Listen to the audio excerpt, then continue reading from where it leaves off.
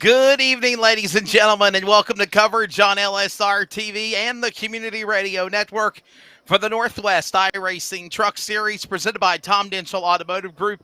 And tonight, one more race before the playoffs. You thought Monday night was a wild race with the Cup Series at Talladega. The trucks, the long-time running Northwest Series, are ready to go, and they are not going to disappoint as well. We welcome you to the virtual iRacing simulator. That is the Talladega Super Speedway. And tonight, the drivers of Northwest Go Fast are ready for the Talladega 266, the final race of the regular season, and to lock in the Fast 12 for the playoffs in 2 weeks, beginning at Indianapolis. Good evening in North Carolina. I am Wesley Outland, joined alongside in the middle. There you go. I got it right now, Samuel. To the left. I got to go to the left, my right on the screen. It is Samuel Dyer, and also making a debut, joining us in the broadcast booth for the first time, joining us here at Talladega is Chris Camary. Chris, welcome aboard. What do you think we're going to see here tonight at Talladega? Samuel, I'll go to you next, but Chris, welcome to the team, bud. Well, thanks for having me. Obviously, it's a lot of bump draft racing, a lot of tight-knit, just crazy racing. These super speedways are so unpredictable. It's just you really don't know what you're going to see. I mean, you could just throw the dice, and that might be who wins. You never know. Samuel, this is Talladega, a wild race on Monday night. I think we're going to see the same thing tonight. Your thoughts? Yeah, I mean, Monday was kind of the drivers on the Cup Series. With that aero package, it was all about forcing the issue, using a lot of teamwork, getting at least 5 to 7 cars in line to get moving. But we're now with the trucks, where it's a lot more forgiving if you only have 1 to 3 trucks in line. I mean, if you get a big enough run with these trucks, you can honestly pass a couple of trucks just by yourself with these runs. This aero package on the trucks, a lot of drivers prefer because you can make a lot more hero plays. And this really here tonight, anyone can win. It doesn't matter if you've got teammates or not. It is going to be a blast to watch these drivers doing everything to get into the playoffs. To help you out throughout the night, we will have a legend. And by the way, in the Rocket Media production truck for LSR TV, deep in the heart of Texas, as always, is our buddy Charles Wooten. So here we go. Caden Anderson, the dominator this season of Season 8 for the trucks, Samuel. Sean Brightsman. Dan West Jr., defending Truck Series champion. Sean Brightsman, defending Cup Series champion. Devin West. Dennis Moore. Stephen O'Hare, Cup winner on Monday night. They're in the playoffs for the Truck Series. Now get yourself out a pen to keep up with the tally of the points and the notes, because that's the reason why I got a pen in my hand, gentlemen. Drivers that can get in tonight with a win include Ryan Bloom, John Ottenbacher, Stephen Paulison, Kevin Smith, Robert Gamble, Briar Reynolds, BJ Tidrick, Toby Ritters, Frank Harris, Christopher White, and Jared Wakefield. Now, that is quite an impressive list of drivers that need to get in for a win. Oh, and by the way, there is the consistent drivers, Samuel Dyer and Chris Camary, that are in by virtue of points this season, though not getting the checkered flag first.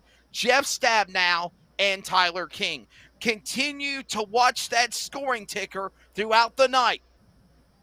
The red, blue, the black will give you the lineups of everything going towards who's going to go in the Fast 12. Samuel Dyer, your pick for tonight at Talladega.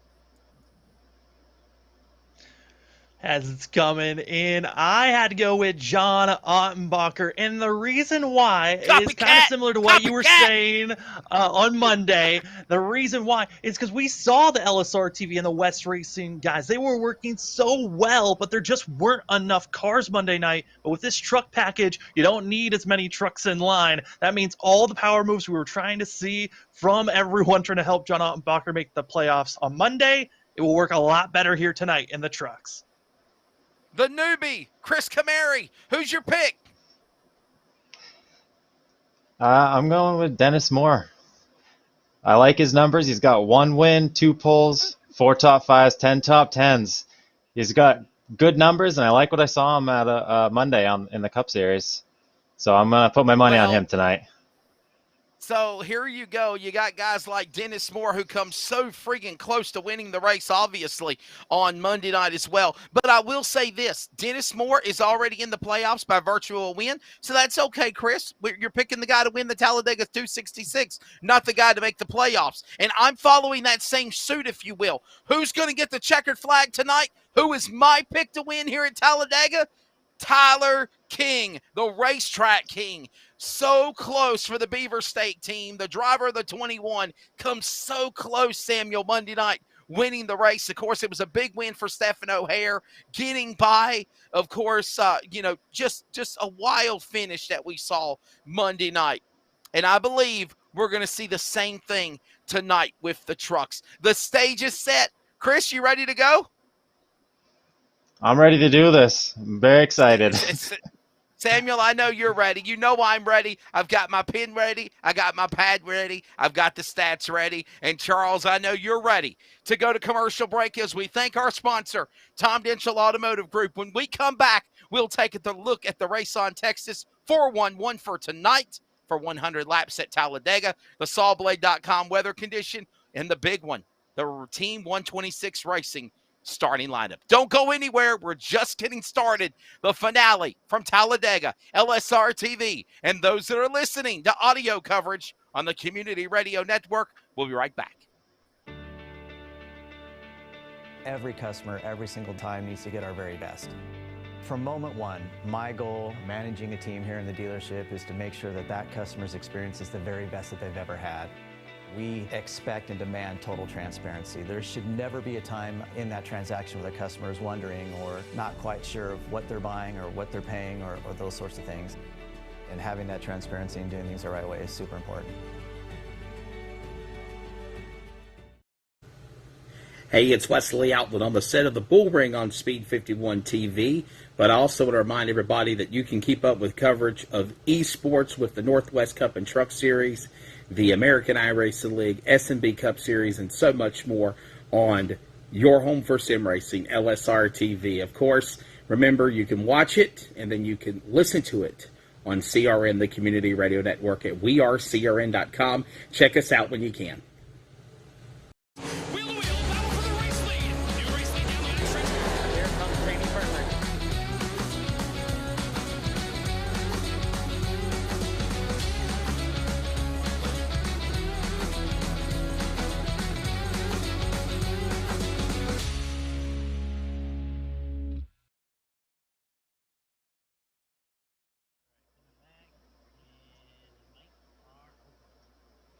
Welcome back to Talladega. This is Talladega, and we are ready to go in less than 2 minutes for the Team 126 Racing starting lineup. I'm Wesley Outland. Chris Camary is also alongside, as well as Samuel Dyer. Greg Rance, to answer your question, Bryce Clark in the chat box. He has took a leave of absence for a couple of weeks to get some personal affairs in order and handling real racing obligations and, of course, the starting of work. So he's taken off. He'll be back for the playoffs. We're looking forward to it. Race on Texas, 411.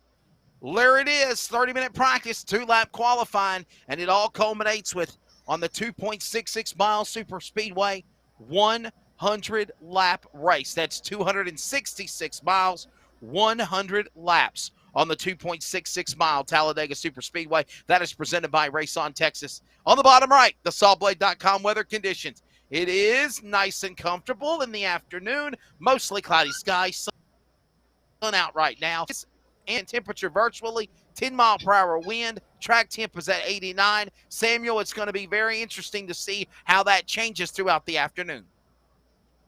Yeah, the temperature's looking pretty similar the way it was Monday night, so the drivers should have a perfectly good racetrack that shouldn't be slipping and sliding too much. It's more of there's plenty of grip for these drivers to attack this course, and I think a lot of people are excited on how this race is going to go, and weather's looking good. We're hoping the racing continues on as well. So, Chris, your thoughts, Talladega. We always see what goes on in the real races of Cup and Truck. What do you think we're going to see with these guys here tonight, especially with only some spots remaining to make it into the playoffs?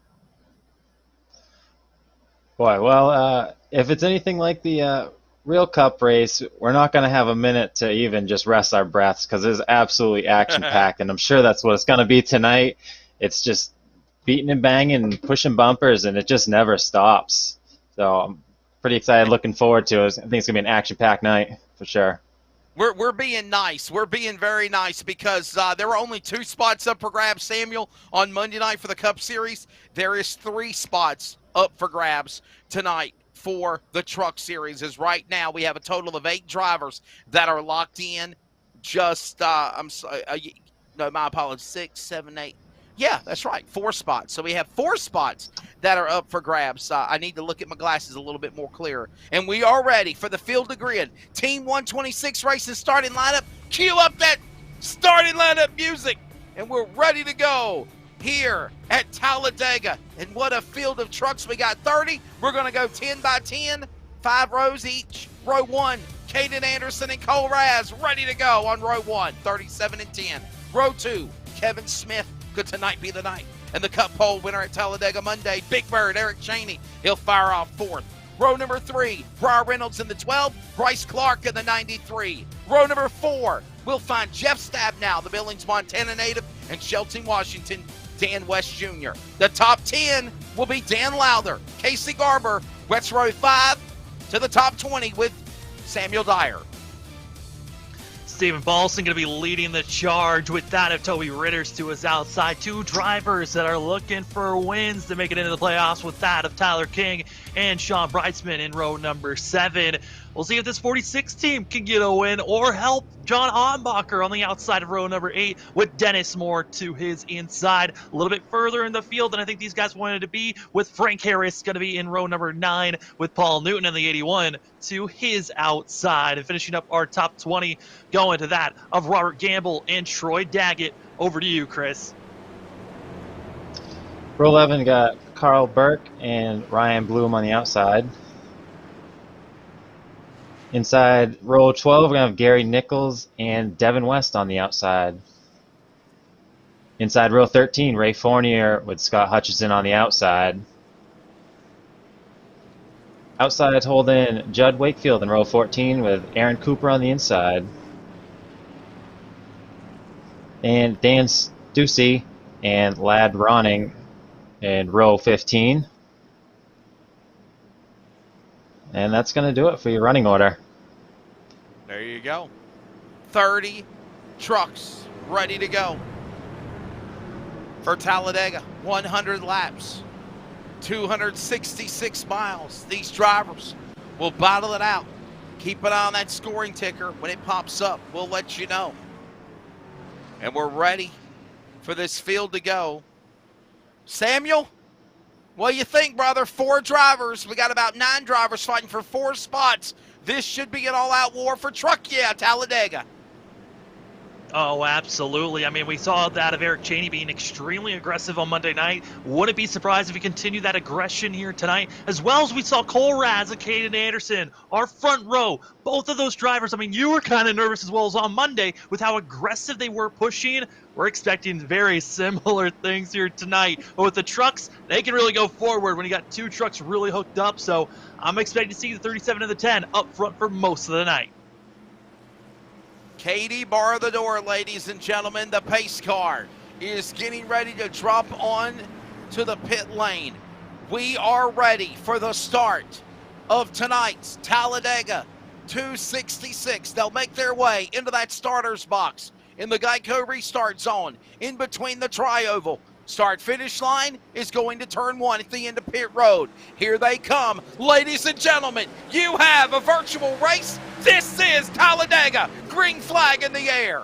Anderson, Raz, friends, side by side. It'll be Raz to get the whole shot as they dive into turn number 1. And again, keep an eye on that scoring ticker. As Anderson goes below the racetrack, a couple of trucks going below the racetrack. Some razzle-dazzle in the opening lap, and they're already 4 wide out of turn number 2.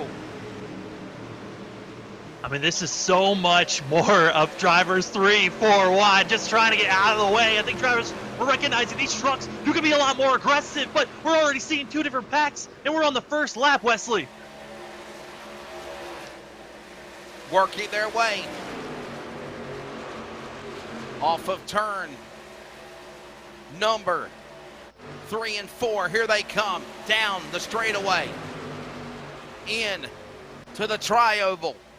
Put one lap on the board, and it is going to be one of the drivers in red that doesn't have enough starts. He could have been a racer for the championship, but short. Cole Raz leading the way, and Chris, he's got Anderson and Smith right behind him, and they're not wasting any time going 3 and 4 wide in the opening laps. No, they're not wasting any time at all. Getting a single pack line going. It's like we got two trucks on the high side trying to do their own thing, do the tandem draft. But I'm not sure if it's going to work for them, holding the outside line along with them. Got that second pack of single line trucks coming in behind them. Not sure if they'll be able to catch them or not, but just the beginning of the race here, so they got plenty of time, that's for sure. Still a long way to go as they work their way back through the turn 4 area, through the tri-oval. Another lap on the board with Braz leading, Anderson second, Smith is third. 1, 2, and 3, single file. Weston, Clark, and Garber up there with Clark and Cheney and Reynolds. And right now, everyone finally starting to pick a line, if you will. Samuel, last Monday night, they were staying single file. A lot of drivers are being brave enough to go to the outside lane and try to go 2 by 2 to the back straightaway going to 3. Yeah, but this is something that we weren't seeing before. The fact that we just saw Casey Garber and also Dan West Jr. by themselves with just a little bit of a hint from the draft from the 12 of Brian Reynolds, and they were able to move up past 6 drivers. I mean, this is the power of this aero package for the trucks. It's not as much on side drafting. It's all about staying in line, getting as close to the truck in front of you, and you're going to be moving quick and moving ahead as it's 3 trucks against practically 7. And it's the 3 trucks on the high side that are making the moves.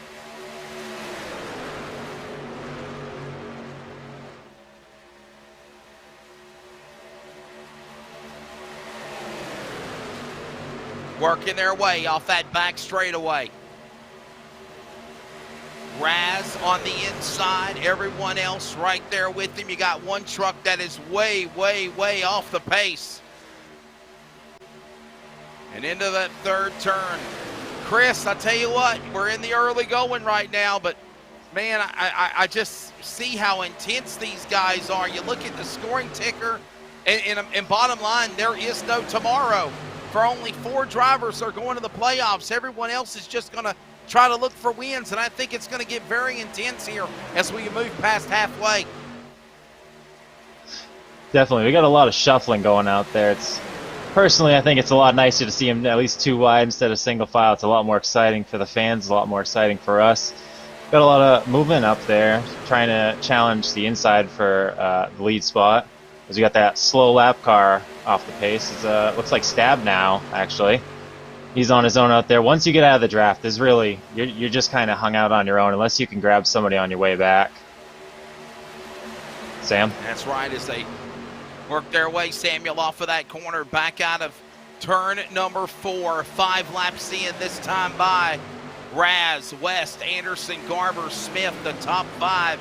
They come through the tri-oval, and again, Samuel, Cole, Raz, I know I'm not running for a championship, but I'm going to do any and everything I can to cause havoc in these races and go for W's, and that's exactly what he's doing. Yeah, I mean, that's his mentality. He knows that that's exactly what he needs to go in for. Real-life racing kind of took him away from making the amount of starts that was needed. But, hey, now that he's here, why not come out, dominate every race that's possible? And you know you got a friend in Caden Anderson that's going to stay on your back bumper to help you out. But you got to make sure with these trucks you don't hit the quarter panels, the left or the right side. You're going to be spinning out the driver in front of you. Even with this aggression, it's good to see. Also, got a report on Jeff Stabnow. Looked like he started on pit road, and he then had to work his way and finding himself going a lap down. Only truck a lap down. So if a caution does come out, the 24 will get that lucky dog position. But the gold standard 24 4K action for that of Jeff Stabnow, he certainly needing a little bit of help. But it looks like he might be the toe to help that of Sean Breisman on the outside, making it 3 wide. Just simply cannot get any help, and bottom line, that's a tough break for Jeff Stabnow. Somehow, someway, he's got to stay in the dogfight, as this race is a long way to go. Working just lap number 6. Look at him go, Chris. 3 by 3. 2 rows in the front out of turn number 3. You know, I love to see it. It doesn't matter if you're on the lead lap or not. A pusher is a pusher. You can get going. And already 3 wide, getting pretty exciting here. And as long as he's only 1 lap down in the first truck, he'll get back on the lead lap, no problem. There's no way we're going to go green flag. I don't see it. Well, you're thinking they're getting antsy. We got to wonder if it is, as they work their way back up the high banks into turn number 1 and 2. Right now, everyone just simply playing nice as they hit the back straightaway. Cole Raz is there as the man out in front. What a job for Razzle Dazzle, one of the drivers of the Alan Kawicki Driver Development Program. To the inside is his teammate from Yakima, Washington, of Anderson. Look at Kevin Smith. Kevin Smith needs a W to get in. He's in blue. He's trying to go for the win in the lead of the back. Coming to turn number 4. Look at these guys, 3 and 4 wide. You gotta love truck racing at Talladega. Yeah, right now, Kevin Smith, one of the drivers, one of the 5 that technically could point his way into contact. Gonna be Dan West Jr. Trouble, and also Dan Cole West Raz. Jr. No caution. Dan West Jr. crashing below the apron into the 10 of Cole Raz. Raz not running for a championship. Dan West Jr. already in the points playoffs. But how badly damaged is the 55? We continue racing. No yellow, Samuel, as they go to turn number 3. They're still slicing and dicing. I mean, at this point, why not go? You just lost a couple of friends you wanted to work with. Caden Anderson, he's all on his lonesome, but he's finally attached to that of Smith. And like I was noting before we saw that incident, there are 5 drivers that could point their way in if they do not win. That being Ryan Bloom, John Ottenbacher, Stephen Paulson, Kevin Smith, and Robert Gamble. Those 5 drivers could point their way in, but there's also a long list of drivers that want to win to get into the playoffs. And by the way, Chris Camary, as they continue to go 3 wide, 2, 3 rows deep, we watch this intensity continue to go from the inside to the outside. They are changing lanes, 2 and 3 lanes fast, going all over the back straightaway to the 3rd turn. Yeah, looks like we had a truck hung up in the middle there. Oh! Go! Into the wall. Oh, trouble. I reckon. Save it. Hold on. Looks like they're gonna save it. Willie. Oh my goodness, that's Eric Cheney. There's Big Bird. Eric Cheney losing ground all the way to the back from the penthouse to the outhouse. And no caution, by the way. Still no yellow flag. Oh man, and all these drivers Well, gotta you know, get at back least, in line, and really that was over aggression. It looked like. Just Well, a one thing you can little say about these guys is they keep getting tangled up a little bit, but they're keeping it green, so they're saving their trucks. And you see Cole Raz in that first one. We don't necessarily want to count Cole Raz out. Remember last week he hit the wall and maybe was it lap 8, I think, and came back and won the whole thing. Working their way back out of 4 to the straightaway with Bright. Spin down the Garber is trying to run down Brightsman. His teammate Samuel of Jeff Stabnow, the gold 4K Ford. He's a teammate to Sean Brightsman. How much will he put up with Stabnow in front of him? Brightsman will before he has to move him out of the way and put him a lap down. Samuel off 2. I mean, there's no pressure right now. Everyone's still staying in line, so you don't need to make any swap just yet. But if at any point that Sean Brightsman feels like my engine temps are too high, that swap most likely going to be happening as you're seeing a couple of drivers deciding to duck it high, make the move. Caden Anderson, Brian Reynolds thinking about making the outside lane move and moving, but Brian Reynolds too far back to really be attached. This is all Caden Anderson by himself moving to past 2 trucks.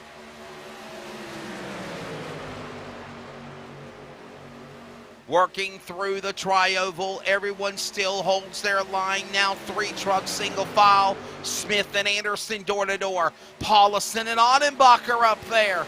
Audenbacher, your pick. Samuel getting into the 7th position. Yeah, I mean, John Audenbacher, one of the positions right now where I think everyone's recognizing, hey, this race is going to get aggressive. And you can see that second pack, it is looming very large, being led by that Dennis Moore. But right now, you don't need to really worry about making sure you're the lead car just yet for any of these guys that are up front. I think that's why they're kind of content with having Jeff Stabnow leading the group. They just want to make sure that they can stay as fast as possible, because if that second pack joins in, that's the addition of another, 15, 16 trucks that are going to join in and get things very mixy and dangerous if we continue on. Samuel's pick, Audenbacher in 6th. My pick, Tyler King in 8th. And Chris, your pick, Dennis Moore, the 44 right now outside the top 10 and 11th. And another driver falling back is Cole Raz in the 10 truck.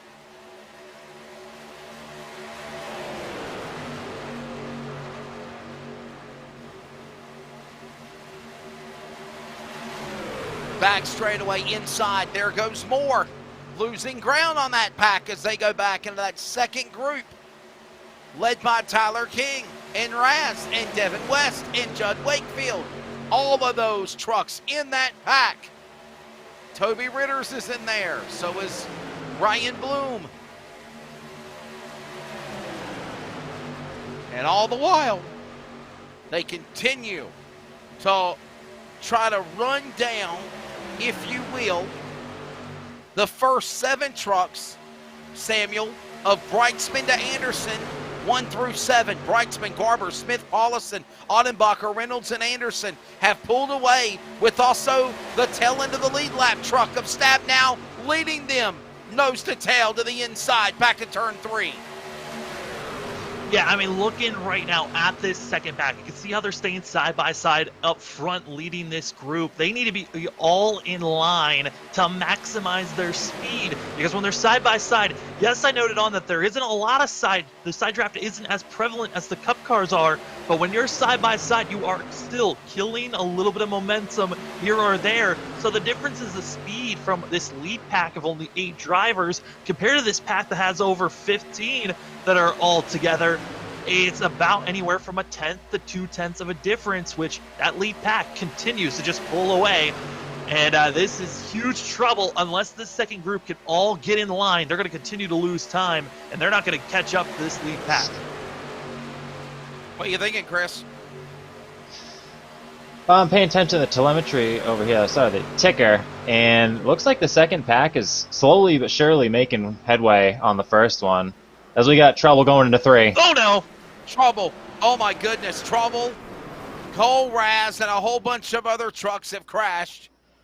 Cooper involved, Bloom involved, Daggett involved. A multi-truck accident.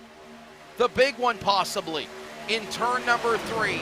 This will bring out the caution for the first time at Talladega. And here's your Pulse Poppers instant replay.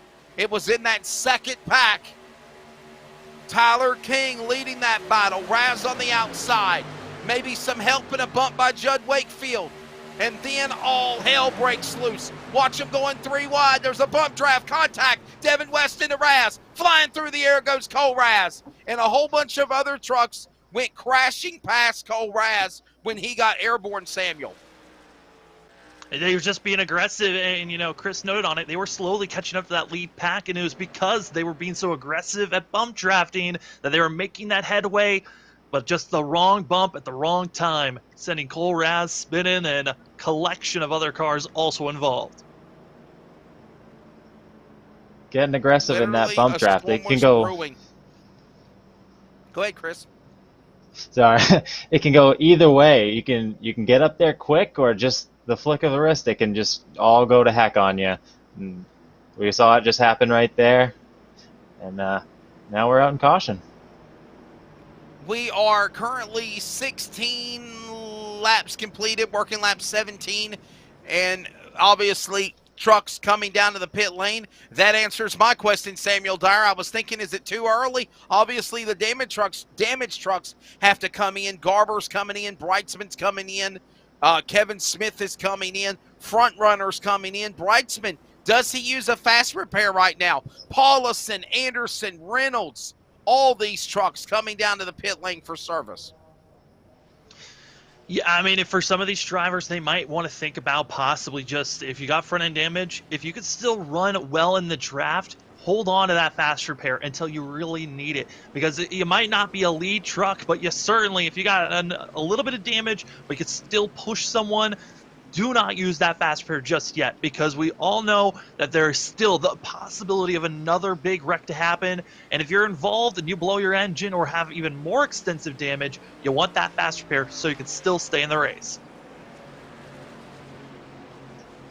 Field exits off of pit road, and it looks like Toby Ritters is going to beat everybody out of the pits. There you see Eric Cheney in the 76. And look at Toby Ritters, Kevin Smith, all there. Under yellow flag in the early going after yellow flag number 1 in a multi-truck accident. More coverage, the playoffs coming in 2 weeks for the Northwest Cup and Truck Series presented by Tom Denchel Automotive Group. Don't go anywhere. This final race of the regular season continues. This is Talladega. It's already getting wild. Not even 20 laps in. Be back with more on LSRTV and CRN Sports in a moment. Hey, it's Wesley Outland, the face with the voice of the Northwest Cup and Truck Series, the American iRacing League that you hear simulcasted on the Community Radio Network. And that's what we want to tell you about. We are excited to continue the partnership of covering esports on CRN, just like we do with all the other broadcasts that I cover in real life, like MAV TV, Short Track America, Speed 51 TV, Fox Sports Radio for college, high school sports. The Community Radio Network does the same thing. In addition to broadcasting real athletics, we're excited to be the radio voice of LSRTV's coverage of the Northwest Cup and Truck Series presented by Tom Denchel Automotive Group, the American iRacing League, and special events along the way. It's very simple. On your web browser, laptop, tablet, or cell phone, go to wearecrn.com, click on play, and you are able to keep up with the action. It's very simple. The power of radio to the imagination of the listener. Check us out when you can. Esports coverage from LSRTV on CRN, the Community Radio Network, wearecrn.com.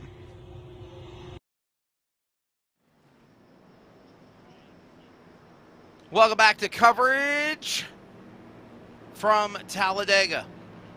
Where's my music? I love my music coming back from break. Yoo-hoo. There it is. Yes. Come on, Charles. Hey, by the way, we are aware of some of the little glitching lag. We are aware of that. We are having new...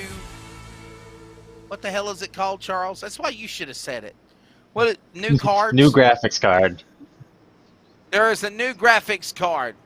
Go ahead, Charles. Tell them what's going on. Lights are off for the pace car, by the way. You got 30 seconds. All right, we got 30 seconds to explain what's going on here from the production tower. It's broken. We're fixing it.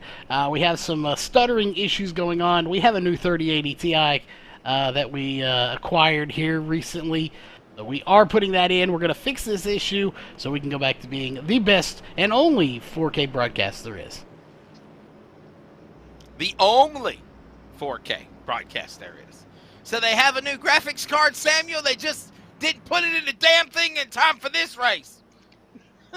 Yeah, I mean, it doesn't help that it came in about like 20 minutes before our first broadcast here today, the S&B Cup Series, which if you want to go back and see sparks flying, drama-filled racing after tonight's truck race, go watch the S&B Cup Series. That was the final race of the round of 12, setting up the round of 8. And it was drama all the way through. But, yeah, new graphics card. It is going to be a lot nicer for everyone here as the pace car pulls off. The pace car pulls in. Ready for the field to come to the Geico restart zone. Toby Ritters, one of those drivers that needs a W to go to the playoffs. Boy, oh boy, he's looking good. Boogity, boogity, boogity. Oh my goodness, I can't believe I used the Darrell Waltrip line. But there goes the Budweiser car, the truck of Ritters pulling on. No, DW's a friend of mine. Kevin Smith to the outside, Dennis Moore, John Ottenbacher. Here we go, guys. Here we go, and they're back at it again. He's not into that stuff. Already side by side, keeping himself up front. Going to be that of Smith, ducking low, but here comes Ottenbacher. Get more help. Ottenbacher's got that of Brian Reynolds. Reynolds, another one of those drivers that needs to make a move. As Sean Breisman by himself, making it 3 wide. Over to you, Chris. These guys aren't wasting any time getting aggressive. There's just no delay with them. Brightsman on the outside falls back. See if he can get back in line and keep up with these guys. And now Kevin Smith, who needs a win to go to the playoffs. He's in the lead. Ritters falls back to second. Your pick, Chris Camary, is Dennis Moore. He's in the playoffs, but he's now moved to the number 2 spot. Oh, he's making that outside line work out of Dennis Moore. Yes. Liking what we're seeing is Chris Camary just said. Samuel Dyer working there into that 3rd turn. Dennis Moore. Oh my goodness, here we go. Now that's how they got wadded up a moment ago. And this goes on again. Oh, they're going to force it again. Look at this. 3, 4 rows, 3 wide. Are you And this kidding is what we me? wanted to see. The animal keep. Yes. I mean, this is what Monday was what we wanted to see. Sean Breisman, Dan West Jr., as well as Jeff Stabnow. This was what they were trying to do Monday night, was all get in line. A little bit of shuffling, going to be clogging them up some moment. Oh! Brian Reynolds, got to be careful. He's not able to. It just seems like the 12 cannot handle the bump as well on the entry of the corner. That rear end is not happy with these bumps. Not just Brian Reynolds, but also Carl Birkin, 53, right there in the middle. By the way, aerial coverage presented by All-American Pools as they roar down at speed in the 3rd turn. Look at them go.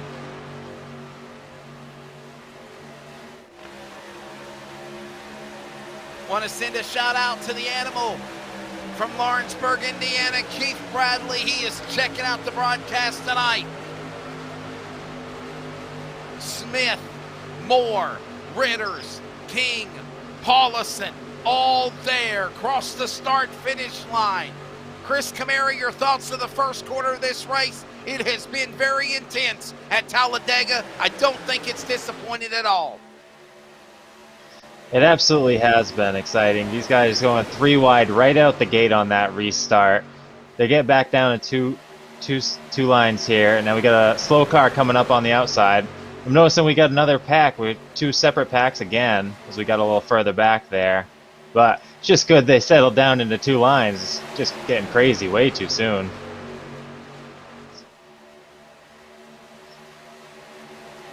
Off of that 4th turn, here they come, back through the tri-oval. Moore, Ottenbacher. How about this, guys? All 3 of our picks in the top 3. Do you see this? With Carl Burke in the battle as well. Oh, they are slipping and sliding, and with no surprise that they are making these types of moves. We saw Monday how the drivers were, at times hesitating when they were going to make some moves. But right now, here tonight, trucks in line, tandem driving at moments, and certainly making the charge forward. The Beaver State drivers, that of Dennis Moore, Tyler King, they are right back to what they were doing Monday night on the inside, working together to lead this race. Brightsman up high. Stabnow goes with him. Out of turn number 4, Burke to Ottenbacher. Dan West Jr. with him as well. Into the inside, Dennis Moore. Along with King. Dennis Moore to the lead. Remember, guys, Dennis Moore and Carl Burke and Dan West Jr., they got into a wreck with each other where the caution never came out. Now they're back up in the top 10.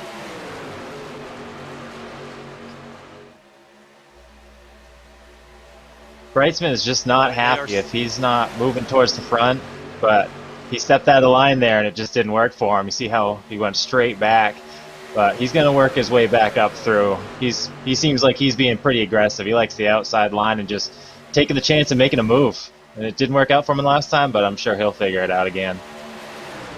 Oh, absolutely. There's some drivers back here that are certainly trying to work with one another. As up front, battle for the lead, you got that of Burke on the outside. This 53 you got kind of in early issues on Monday night. Here tonight in the trucks, Carl Burke, he's up front and he can be aggressive with that of John Ombacher to his back bumper. More to the inside. Burke up on the outside lane. King and Onenbacher there. So is Smith. As they work their way now. 2 by 2 by 2 like Noah leading the animals to the arc here at Talladega. Off the back straightaway. More to King. Right there. Burke is in that battle. And look at him right there. Almost 14 trucks battling in that first pack. Then the second pack is waiting patiently, ready, about 4 or 5 seconds back behind them as they work their way out of turn number 4. We're 25 laps in. Let's give you your full field rundown currently here at Talladega. Dennis Moore is leading. Carl Burke is second. John Onenbacher third. Tyler King is fourth. Kevin Smith is fifth. Stephen Paulison sixth. Dan West Jr. seventh. Brian Reynolds eighth. Jeff Stabnow ninth. Aaron Cooper, Samuel, the top 10. Toby Ritter's going to be in 11th place with Casey Garver in 12th. Flip-flopping is 11th and 12th. Sean Breisman in 13th with that of Ryan Bloom in 14th. 15th going to be Bryce Clark with that of Judd Wakefield, going to be the last driver attached to this lead pack. Then you fall 6.5 seconds back where you find in 17th Kaden Anderson, Diane Lather, as well as Paul Newton. Finishing out your top 20, Troy Daggett. Chris, the final rest of our top 30. So we got in 21st, we have Frank Harris. 22nd is Lad Ronning. 23rd, Rob Gamble. And 24th, the lap down, is Scott Hutchison, Cole Raz, Gary Nichols, Eric Cheney. And 27th, 28th is Ray Fournier. 29th, Ant Stussy, all 1 lap down. And 2 laps down, rounding out the 30th position, is Devin West. And that is, of course, a look at your full field rundown. A quarter of the way through the event. Still 3 quarters left to go. Chris Kamari alongside is Samuel Dyer. I'm Wesley Outland. Charles Wooten in the production truck for Rocket Media, LSRTV, and Community Radio Network coverage of the final race, round 22 of the regular season. The playoffs are looming in 2 weeks after Labor Day. Indianapolis Road Course, Indianapolis Motor Speedway. We spend 2 weeks at the greatest race course in the world, the Indianapolis Motor Speedway, for the opening 2 rounds of playoffs for the trucks and the cup cars beginning on September. Working their way to the back straightaway. Or turn number 1, excuse me. It is Dennis Moore. Burke on the inside. Here comes King now going to second. He'll hook up with that driver, Chris. Couple of teammates right there, right behind each other. Onenbacher pushing King. King pushing Moore. Lap truck in the way to the back straightaway as they go to 3. I'm noticing King just seems to want to follow Moore. He was down on the low side. Moore went up high, and he jumped right with him in a quick hurry. These guys seem to be sticking together, working well. Look at Carl Burke. Carl Burke is going to the lead. And Kevin Smith will battle back on the outside.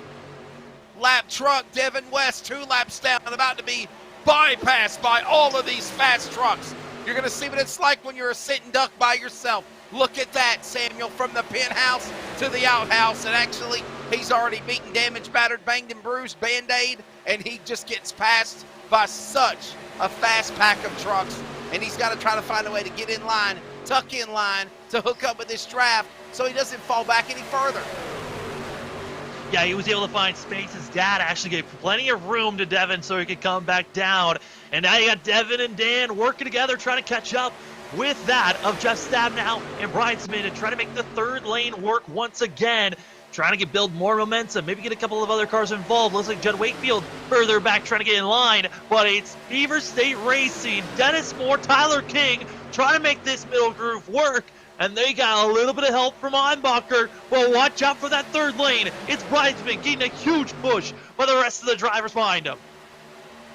And Brightsman will stay down, tipped up with those guys off of that pack on the outside lane. Ottenbacher, his teammate, hugs the middle. Inside, Carl Burke, 3 wide. Hot dog between the bun is now Ottenbacher. Here they come to the outside, down the back straightaway. Brightsman now gets a little push with some of his teammates. Stabnow hooks up with him. They're still going to go 3 wide. Ottenbacher hung out to dry. They're going to fan out 4 wide. Chris into turn number 3. Oh!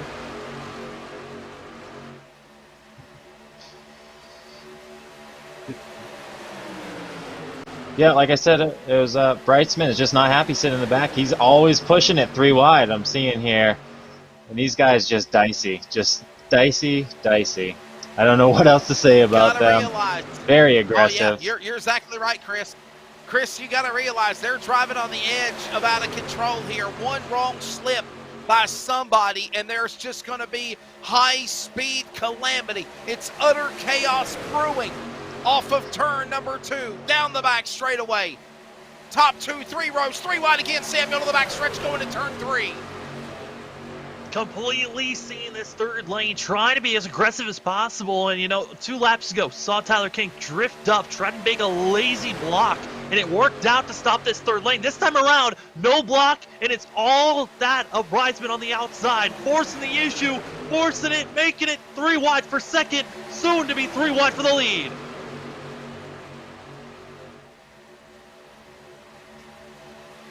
Back across the start-finish line again and fighting for the lead. 3 wide, 2 rows deep in front of them. 3 by 3 by 3. 3's a crowd. 2's company. 3's a crowd. 4 is just calamity. It's brewing. 1 move up the outside is Brightsman. Brightsman making the outside work. He's up in the Angels Expressway. Look out, bouncing off the wall for a moment. The safer wall bearing with Stabnow. They both right up the outside lane, right up to the top of the marbles where Grandma hides the cookies from Grandpa. They're in the Angels Expressway, up in the top shelf, off of turn number 4, and they still, in precision fashion, stay 3 by 3 by 3 by 3, 4 rows. Chris, welcome to the Northwest Cup Series and Truck Series, brother. What an awesome show we're seeing right now at Talladega. Well, I just think it's awful impressive. These guys can just keep doing this for however many laps we've been going 3 wide, and nobody's rubbing fenders. I just honestly can't believe it. It's crazy. These guys definitely know how to handle a truck, and that's for darn sure. Are y'all sweating like I am? Are y'all getting excited like I am? And we're not even driving the damn things. We're just calling the race, and look at how exciting this is. Oh my goodness. Somebody cut the air conditioner on. I'm sweating like somebody in Tijuana. There in the production truck. Don't worry, Wesley. That's why I got my AC set up. Yeah. I mean, my goodness. Kevin Smith down to the inside, hooks back up with Carl Burke on the bottom. Shout out to one of the sponsors this year of our races, the Outdoor Cast Iron Cooking. He's going for Big Daddy for the lead. He's talking about Carl Burke. And Kevin Smith back to the lead as well. Hey, Samuel, Kevin Smith, the Hermiston, Washington native, he's due. Can we say that, my friend? He's due. More lap truck is on the way. They finally get done racing 3 wide. Now they fan back out 2 by 2. Oh, nope, fake news. Hashtag fake news. Here they go back 3 wide again in the back of the pack going to turn 3. And lap traffic in the way, Samuel, out of 4. Certainly. Looking at Kevin Smith, he's got 4 poles, showing that he's got a lot of speed in this 00. But it's always been one little thing that pops up after another that just costs the 00 from getting a win. And right now, this is the best opportunity. Devin West looks like he might have bounced off the wall, but also that wall for the third lane has been probably the most detrimental thing that they've been dealing with, because they just are bobbling so much on that outside groove. The outside wall in the back stretch or front stretch, not the safest place to be. So we're coming up on lap traffic now. It'll be interesting to see what 3 lines are going to do to get by this one truck. This isn't exactly a track you can get down on the apron for that lap truck.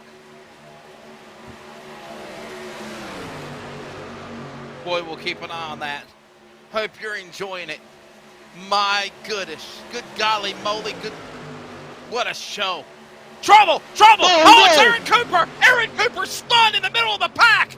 Aaron Cooper, 71, goes around. Another truck involved. Caution is out. I think it's Cole Raz that might have got caught up in it as well in the 10. Caution for the second time. As well. Aaron Cooper, Bug Eyes, number 71. And over here in the Clifford got caught up in it. Is it Toby Ritters as well?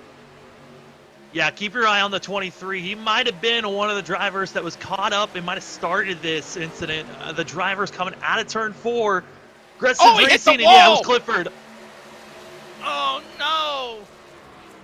Clifford, the big red dog, went spinning. And then a top for a spin in Aaron Cooper. And, hey, Samuel, ain't that the second time Aaron Cooper has went through some type of a spin cycle? So, all right, producer, you wouldn't let me see it Monday night, but damn it all, let's go on board with Aaron Cooper in 71. I want to see this. You're going to ride on board with Aaron Cooper and see what it was like going in the spin cycle after bouncing off the 23 of Toby Ritters. Watch this. From another angle, on board, Aaron Cooper. Take a listen.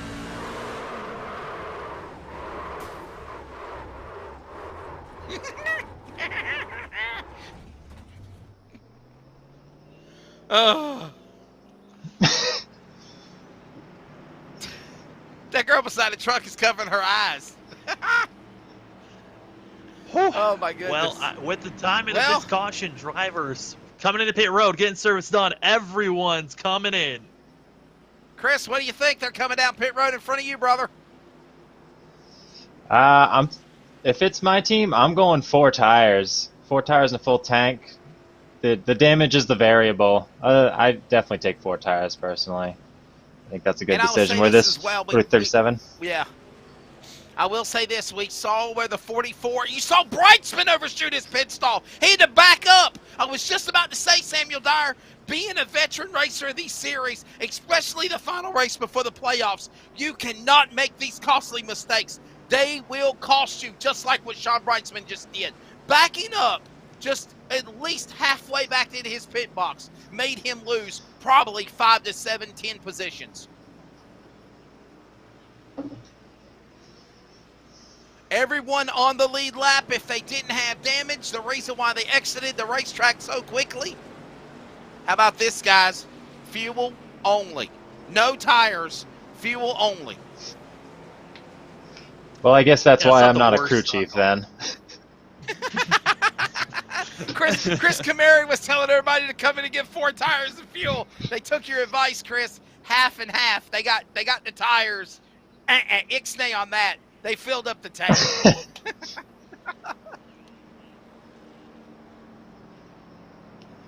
Hey, Samuel, what would you do for a Klondike bar?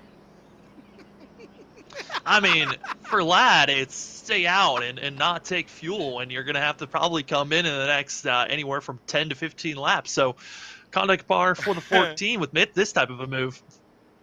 Well, we'll see what Ladd Ronning will do for a Klondike bar. He'll stay out in front, not pit, stay in the lead. The Klondike, number 14, making me hungry. I'm going to run to the refrigerator, to the freezer, get me a Klondike bar. We'll take a quick break. More from Talladega when we return. The Northwest Cup and Truck Series, the playoffs, final race here at Talladega to decide who will be the Fast 12. You're watching on LSRTV in 4K Ultra HD, and you're listening on CRN, the Community Radio Network. Every customer, every single time, needs to get our very best. From moment one, my goal managing a team here in the dealership is to make sure that that customer's experience is the very best that they've ever had. We expect and demand total transparency. There should never be a time in that transaction where the customer is wondering or not quite sure of what they're buying or what they're paying or those sorts of things. And having that transparency and doing things the right way is super important. Hey, it's Wesley Outland on the set of the Bull Ring on Speed 51 TV, but I also want to remind everybody that you can keep up with coverage of esports with the Northwest Cup and Truck Series, the American iRacing League, S&B Cup Series, and so much more on your home for sim racing, LSRTV. Of course, remember, you can watch it and then you can listen to it on CRN, the community radio network at wearecrn.com. Check us out when you can. Wheel to wheel, battle for the race lead. New race lead, new leader stretch. Here comes Training Perfect.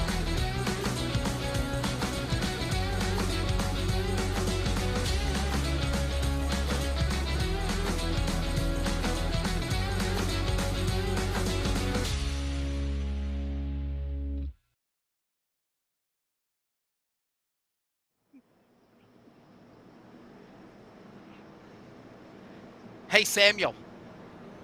Samuel, you got to Yes, take sir. over. You got to take Oh. over. You know why? You were serious? You went and got ice cream? Hey, can you put me on the broadcast real quick, Charles? Put me on the screen. Look at this. Look. I did it. Ice cream. Look at this. Yes. Look. Oh, well, that's... Hey, you know, that's why just the ice sponsors cream. pay for that stuff. You see what's on the truck and you go get one. That's why they pay the big dollars. Oh, man. Ice cream. Well, as this guy's eating ice cream. Welcome to the Northwest Truck Series. Final race of the regular season, Talladega. Glad Roney did not come into pit road. He's going to have to pit here in the next, 10 to 15 laps. You've got that of Kevin Smith, Carl Burke, Dennis Moore, Stephen Paulson, your top five as we go through the travel. Wesley, you back? I am. I Nice, I got a pit. I got a pit. Field getting ready to needs come some back to the fuel. Geico restart zone. Green flag goes back in the air here at Talladega. And Klondike Man, Lad Ronning, thank you for making me decide to go get some ice cream. He leads the way in the 14. You want to buy a car or truck? New or used? Tom Ditchell Automotive's got you. Kevin Smith, the general manager in the 00. He's right there. Big Daddy Carl Burke right there with them on the back straightaway. They go into turn number 3 at full speed. 10 laps, gentlemen, to halfway at Talladega. Looks like Ronning's going to be able to hold the lead well. I say that as you got the 00 Smith moving on the outside, but I'm just looking at the standpoint of nobody took tires, so there's really no benefits there. He looks like he's got a nice clean truck as well. And that's one of the key things here. When you are a lead truck, you want to make sure you're the cleanest machine out there so the air cuts over your machine as smoothly as possible. But it's the drivers on the outside, Smith and that of Dennis Moore, making the move. And I think right now, got to be eyeing Smith and Moore with that of Stephen Paulson. I mean, Wesley, in the Cup Series, Stephen Paulson, he's won at a super speedway already this season. He was in the Cup car. But certainly, we know he's got the skill to get in the win in the trucks. Mm-hmm. That's right. He won Daytona. 3 wide, guys. 3 wide for third. Look at this. 3 wide for the lead almost for a moment. Dennis Moore back to the inside. Ron and Carl Burke right there with him. Kevin Smith in that pack on the outside, led by Caden Anderson. How's that song go? Here we go, round and round, Van Halen. Look at him, 3 wide, 4 rows deep, clowns to the left of me, jokers to the right. Here I am, stuck in the middle with you with a bar of ice cream. Oh, man. See Sean Brightsman back up there. Whoa, look out, Wakefield. I encourage my broadcast crew to stop what they're doing to go get a thing of ice cream. It'll make the race so much I don't have an ice cream sandwich. Neither do I, Wesley. The ice cream is freshly wiped out the freezer. Oh, well, guess you're SOL then. Ice cream! And I said, I got one in the freezer. I'm going to go grab it. Look at him right there, ladies and gentlemen. 3 right again behind the top 5 single file. Here we go with Moore back to the lead. Smith to second, Ronnie third. Paulison and Audenbacher now back in that 2 and 3 wide truck race. And Brian Reynolds drifted up in front of Caden Anderson, cutting him off as they go into the back straightaway. I mean, no surprise seeing the drivers are on the outside, but, you know, oh no! Oh no, we got Oh, trouble! wrecking on the back. Tyler King and a host of other trucks wrecking on the back straightaway. Oh no! I think this might be the big one, Ice Cream Man. Cole Raz Again. and everyone else involved as well. Oh, Paul's Boppers instant replay as Wesley continues to eat. Chris, the big one possibly. This is the biggest wreck we've seen of the night. And it just I about looks like choked it's on my from ice just cream a saying single... we had trouble. Oh no. Was that the third row that Was started that the Klondike guy? That was Klondike Man. Hey, guys, I'll be right back. I gotta wash my hands. Go wash. Just Oh, go boy. get cleaned up. He gets to show his face because to show he got ice cream. Now he's got to go clean up as we're on board with the 14 that started the whole entire Wesley incident. We'll see I if have a who serious started problem. this I can't one. take the headset. I can't take the headset Oh off without no! It's dirtying too... the. Oh! Oh no! I'm not really See, sure what that's why happened I there. He kind started of to just went choke right. on my ice cream. That's when I started to choke on my ice cream. The Klondike guy wrecked. Lad Ronning wrecked. Oh man! Wesley's spiritual But hey- animal of the night got wrecked out, and he is. Wesley, how good was that ice cream bar? Was it worth making a mess for? It was. What was the word from Chitty Chitty Bang Bang? Scrumdiddlyumptious.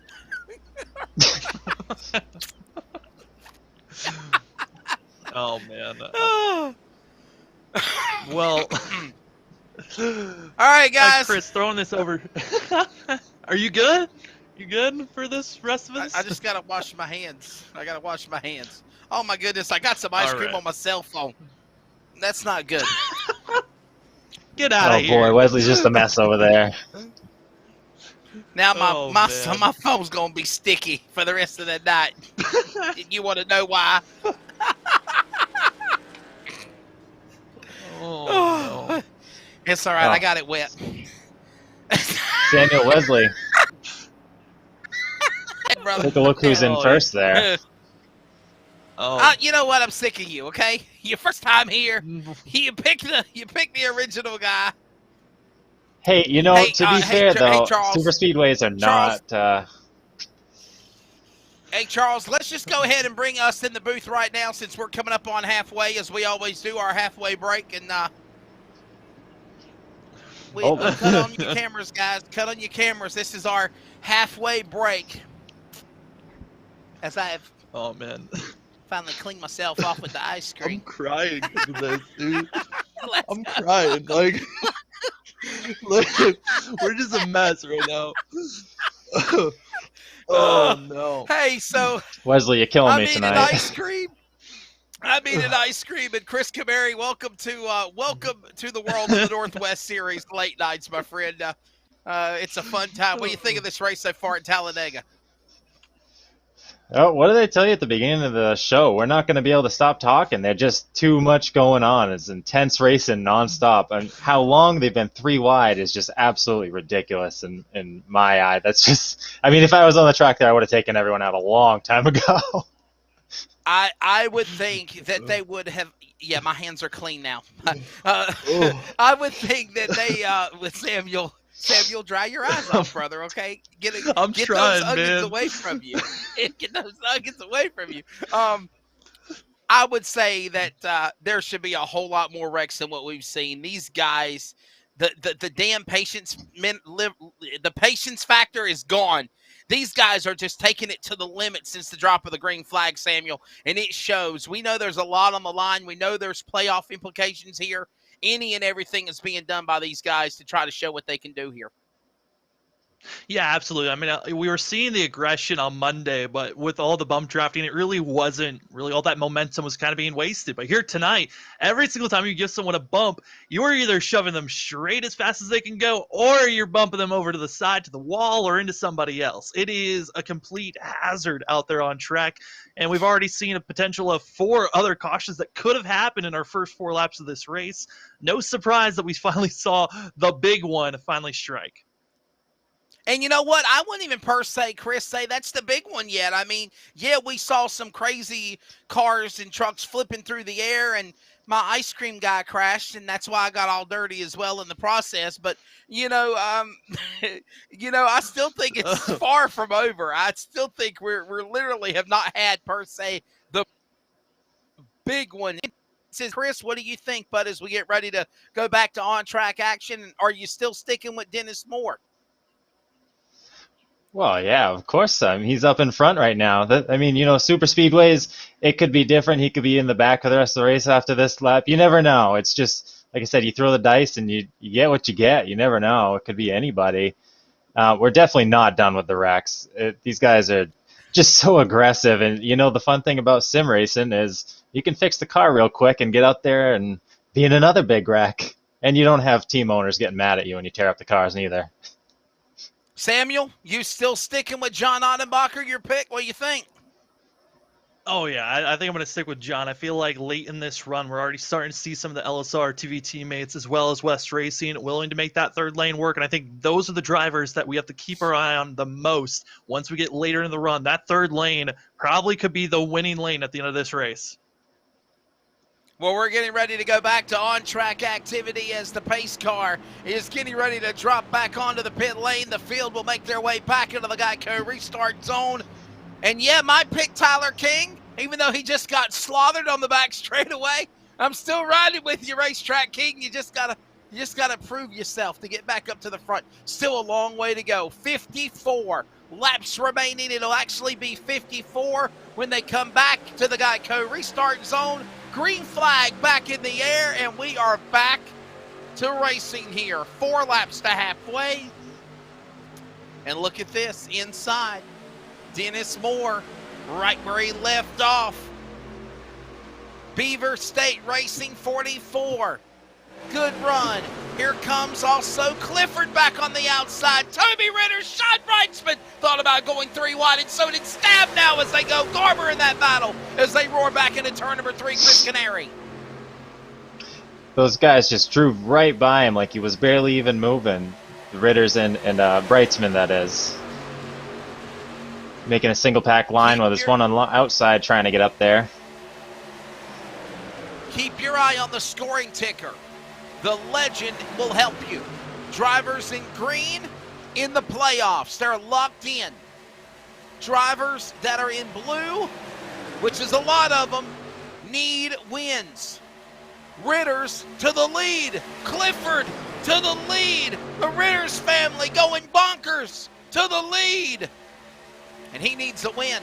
Drivers in red, they're out of it. They're just looking for W's. And they're working their way to the back straight away with Clifford, Budweiser, 23. Brightsman, defending Cup Series champion of last year. Moore right there in the turn number 3. Samuel down to the inside, top 4 single file, back to 3 and 4. Yeah, I mean, Toby Ritter's coming into this race was kind of placed into a must-win scenario for this Clifford 23 team.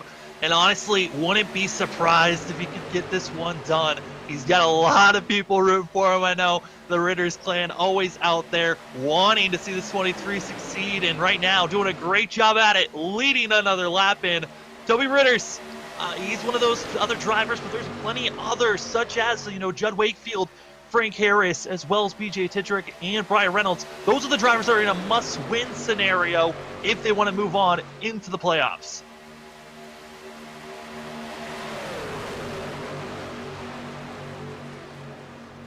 Brightsman making a run on his own on the outside. Looks like he's going to get the lead as he's being pushed by Dan West. Still a lot of racing here left to go. They're coming up on halfway in a couple of more laps as they work their way back again off the corner, off of 4, through the tri-oval. Brightsman Dan West Jr. is there. There you go with Jeff Stabnow. Where did he come from? Samuel, he was all the way in the back of the 15th position. In 2 laps, he's up to 3rd and 4th, and he's hooked up with his teammate, DWJ, and Sean Brightsman as they go to halfway next time by out of turn number 2. Yeah, I mean, this is just the power of this aero package for the trucks. You are not out of it. With the Cup car, you felt like if you weren't in the top 5 of the pack, you felt like you really didn't have a shot to win the race. But with these trucks, even if you're the furthest back in this pack, you've got a shot to win. You just might need a little bit of a help from the drafter or another truck, but you can get yourself up front. Sean Brightsman getting plenty of help from some familiar friends behind him of Dan West Jr. and that of Jeff Stabnow. Those 3 trucks that are on the outside, they have been strong, but they might need just a little bit more help, and that's where that of Stephen Paulson comes in. If that we can see Paulson get on the back bumper of the top 3 on the outside, those machines are going to be moving mighty quick and could be taking the lead. Halfway off of turn number 2. Back straightaway. Ritters, who needs a win, is out in front. 3 winners that are in the playoffs. Brightsman, Moore, West. Brightsman to the lead on the outside as they go into turn number 3. Samuel Dyer and Chris now. Look at them starting to slice and dice. And here comes Team LSR up to the front. 3 trucks on the outside lane out of 4. Yeah, those guys are sliding back on the outside, though. You still got Ritters, Moore, and KC Garber holding the downside, down low, staying firm. Those guys up top, they're getting a little dicey on their own, just sliding back and forth to get a lock bumpers, but they're still holding strong. What a job they are Holding putting strong on. very well. I mean, Wesley, looking at this field, you got 16 drivers in this lead pack, and you can just see Judd Wakefield always wanting to be, just wants someone else to join him on that 3rd lane, but the drivers that were willing to go to the 3rd lane, they're leading the high line right now. That was Brightsman, Dan West Jr., and Stabnow. They were the 3 that were willing to make the 3rd lane work, but because they're up front leading this higher line, they don't feel that pressure anymore, and Judd Wakefield might need to find some other friends that are willing to get aggressive. Back through the tri-oval. Just after halfway, here is your full-field rundown. In the Talladega 266, 50 laps down, 50 laps to go. Sean Brightsman leads, Toby Ritters is second. Not anymore, Toby Ritters powering back to the lead. Toby Ritters, Dennis Moore, Sean Brightsman, Dan West Jr., Casey Garber, your top 5. Jeff Stabnow, Stephen Paulison, Robert Gamble, Carl Burke, Frank Harris, your top 10. In 11th, we find Eric Cheney with that of Judd Wakefield and also that Tyler King in 13th. Paul Newton going to be 14th with that of Kevin Smith in 15th. 0-0 a little bit further back, but we know we can start moving forward. And finishing up the top 20, got Brian Reynolds, Ryan Bloom, John Ottenbacher as well. First car lap down, going to be Ray Forner as well as Gary. Gary in the 8, going to be all the way back in 20th. 21st going to be Caden Anderson, followed by Dan Stussy, Dan Lowther, Aaron Cooper in 24th. 25th is going to be Cole Raz, 10 laps down. Bryce Clark in 26th, Troy Daggett 27th. 28th is Lad Roning. 29th, Devin West, and rounding out the top 30 is Scott Hutchinson, a 22 laps down. I believe he is actually out.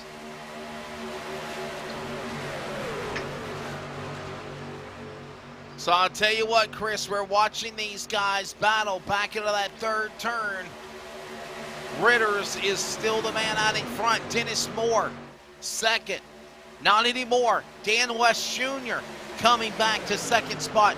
And now looking for the lead. And Chris, got to give props to Dan West Jr. He was involved in an accident where the caution never came out, had a damaged truck, had to redeem himself to fight back through the field. He's in the playoffs. He's looking for a W. And the man out of Shelton, Washington is in the lead.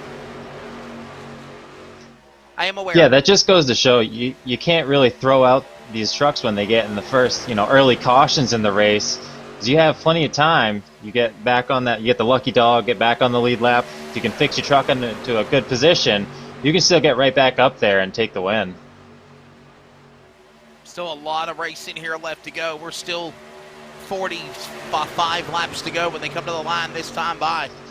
You see the legend, you see the ticker. The green are drivers that are going to the playoffs in 2 weeks in Indianapolis. The green is good. Green is good. Green means go, go, go. Blue means on the cusp of being there. 4 drivers will get in by points unless you get that win if you're in blue. And the red, thank you for playing. Your season is done, and guys in black are the same way as well. They don't have enough points or starts to go in.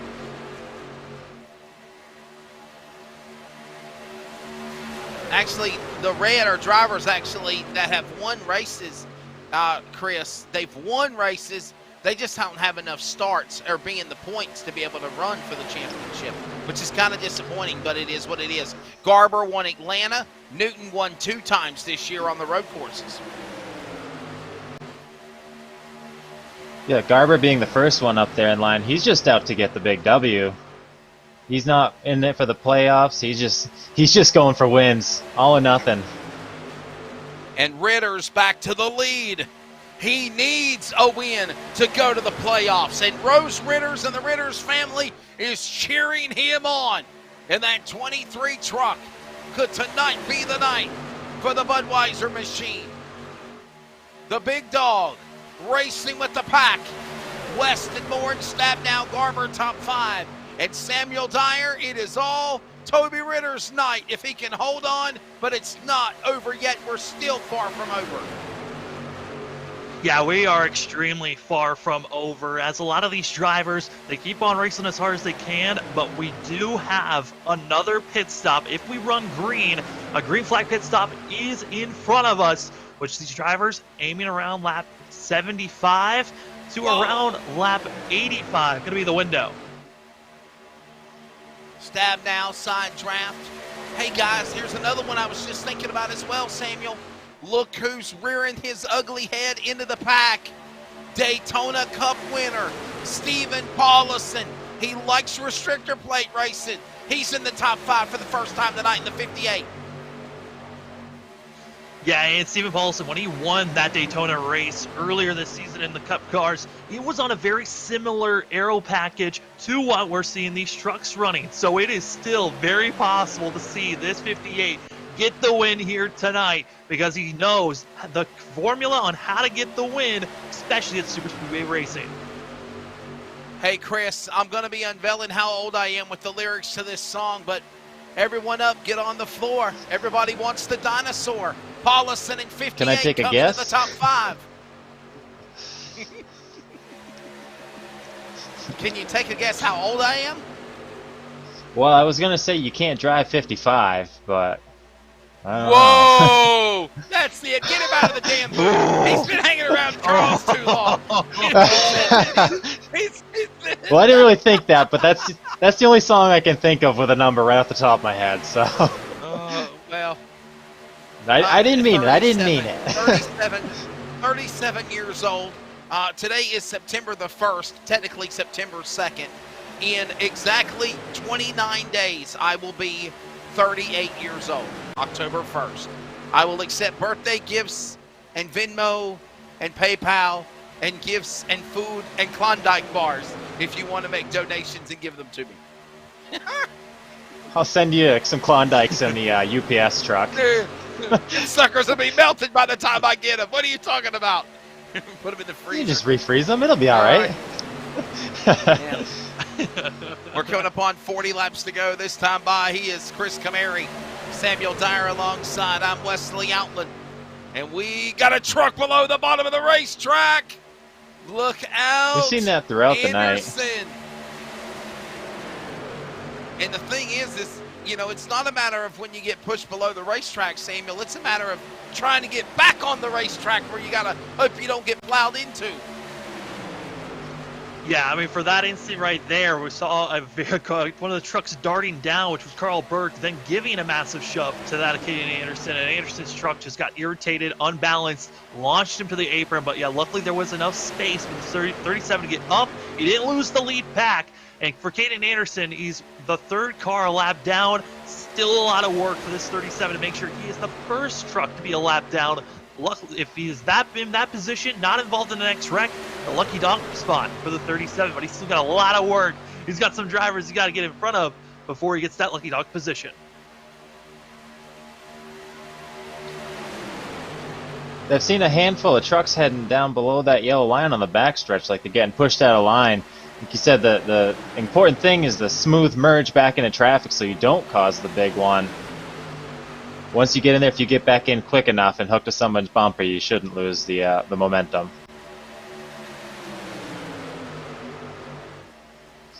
Into turn number 1. 40 laps to go. Ritters, Moore, West, Garber, Stabnow. It sounds better than a law firm. Out of turn number 4.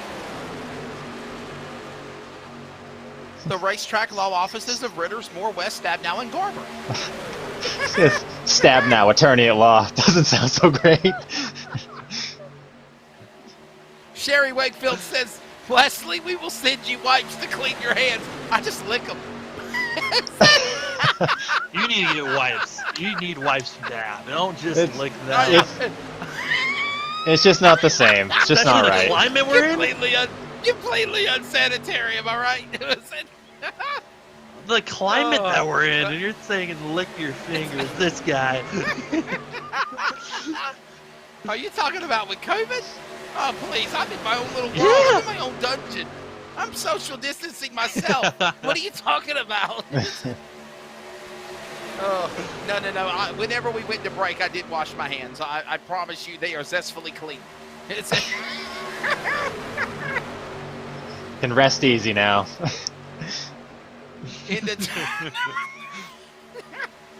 turn 3, Ritters and West up the racetrack for the lead.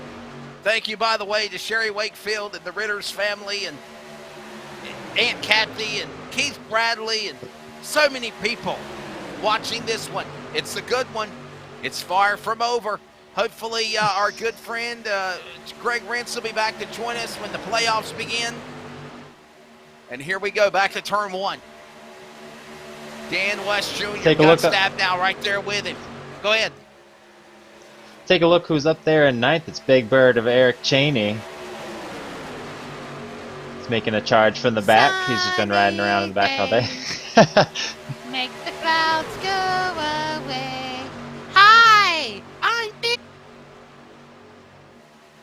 Oh boy, Wesley. Well, Wesley is now creating nightmare fuel for a lot of people out there. We are so sorry for that. I thought it sounded like Big Bird there for a second.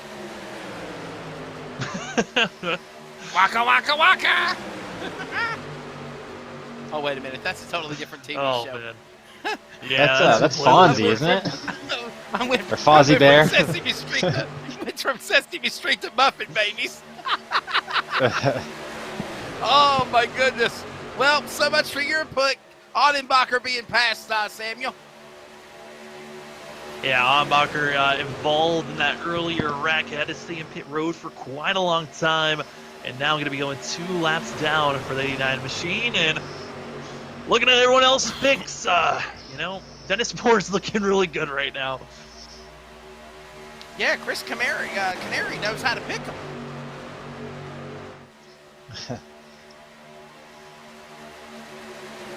Finally, will Jeff Stabnow, as he said mockingly about me, get off the schneid and come to victory lane.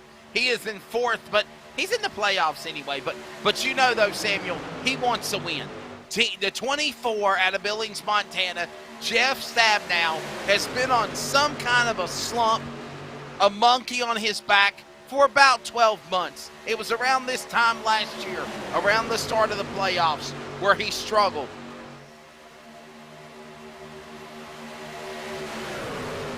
Man, Lad Ronning, understanding guys, Lad Ronning is out of the race. The Klondike man, the man that made me run to my freezer and grab some ice cream. His CPU, get this, you like ice cream? Guess what happened to his computer, Samuel? His CPU froze up. Go figure. Oh. Well, I thought you were going to say he dropped ice cream on it. What exactly happened? Well, I mean, the CPU Oh, man, froze we up. I dropped mean, there the- could be a number of things that have made it freeze up. I mean, you know. Yeah. What would you do for a Klondike bar to reset your computer?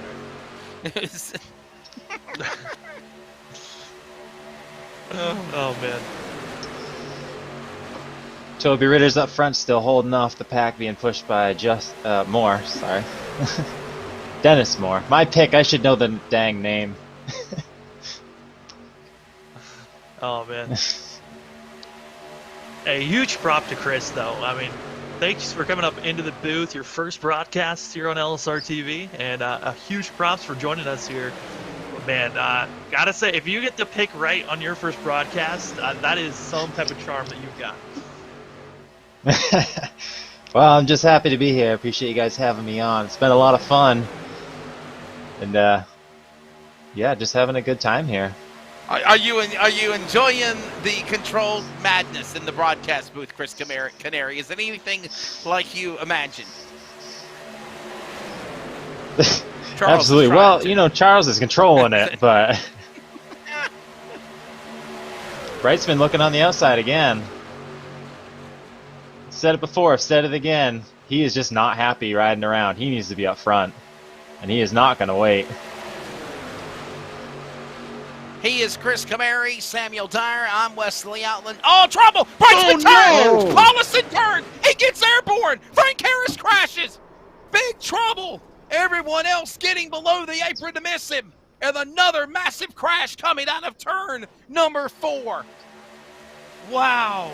Oh no, Wesley. In a real life world, we like to call this a Penske. But we're going to see teammates trying to work with one another, and it did not go well. John Hambacher touching the wrong quarter panel, and Sean Brightsman out of control. Oh my goodness, watch this. Audenbacher, a little bump draft to the 46 of Brightsman. Brightsman lost it into Paulison. Audenbacher into Harris. And it turned into being a Ford truck accident. That's what happens when they push through the corners. It's just a real touchy area. When you're trying to turn, it's just never a good idea. And then we see what happened when you do try to push through the corners.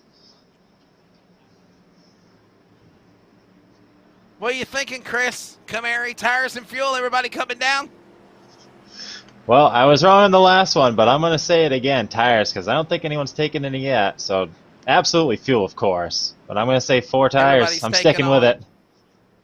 4 tires on all the sides. Going to get some fuel in the tanks, and this is all going on lap 69.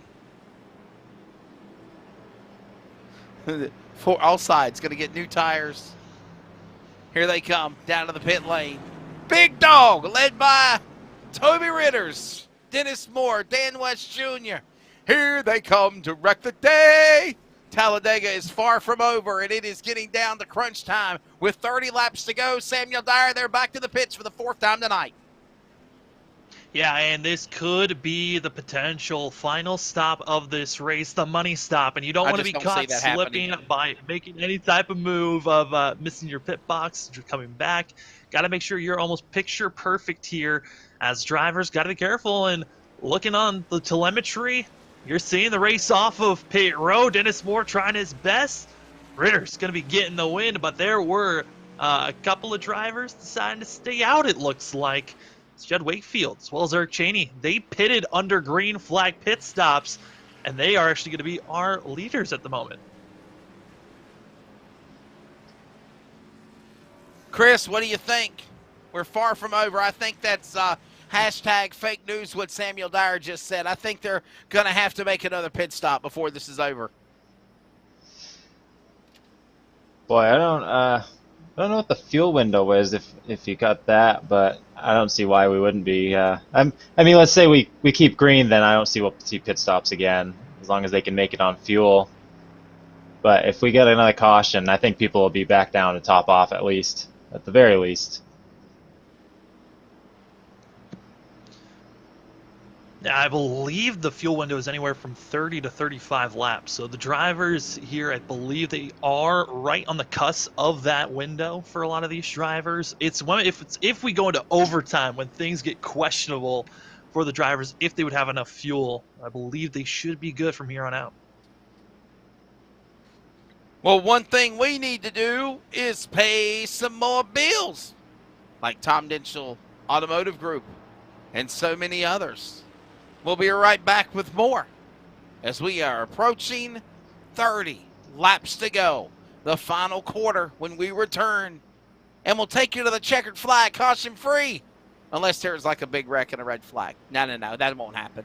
It's going to be a fun time. We're glad you're along with us. The Northwest iRacing Truck Series, Season 8.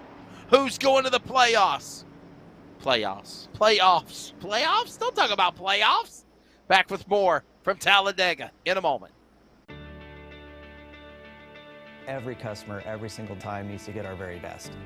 From moment one, my goal managing a team here in the dealership is to make sure that that customer's experience is the very best that they've ever had. We expect and demand total transparency. There should never be a time in that transaction where the customer is wondering or not quite sure of what they're buying or what they're paying or those sorts of things. And having that transparency and doing things the right way is super important.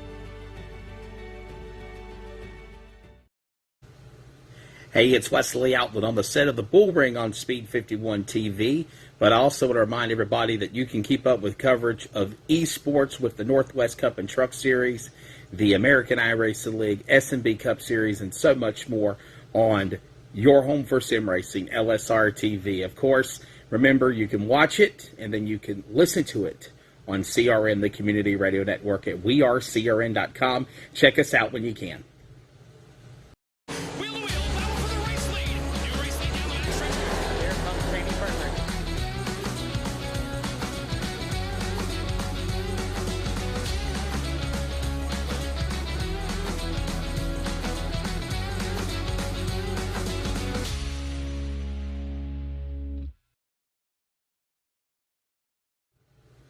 Hey, it's Wesley Outland on the set of the Bull Ring on Speed 51 TV, but I also want to remind everybody that you can keep up with coverage of esports with the Northwest Cup and Truck Series, the American iRacing League, S&B Cup Series, and so much more on your home for sim racing, LSRTV. Of course, remember, you can watch it, and then you can listen to it on CRN, the community radio network at wearecrn.com. Check us out when you can.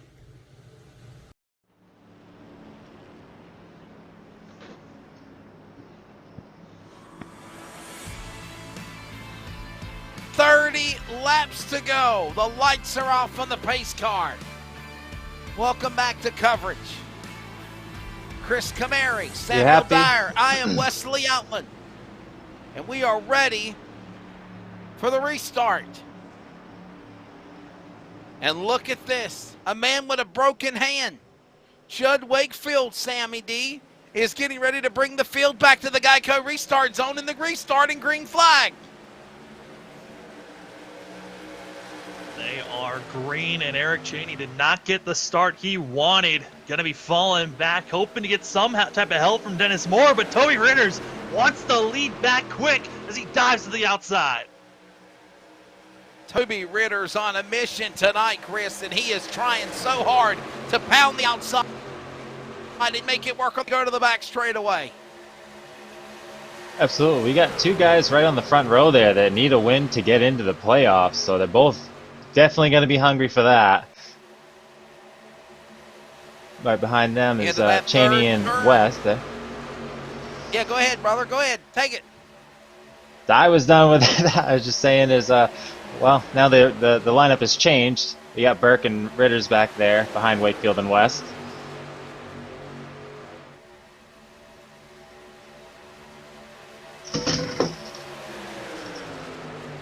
Boy, oh boy.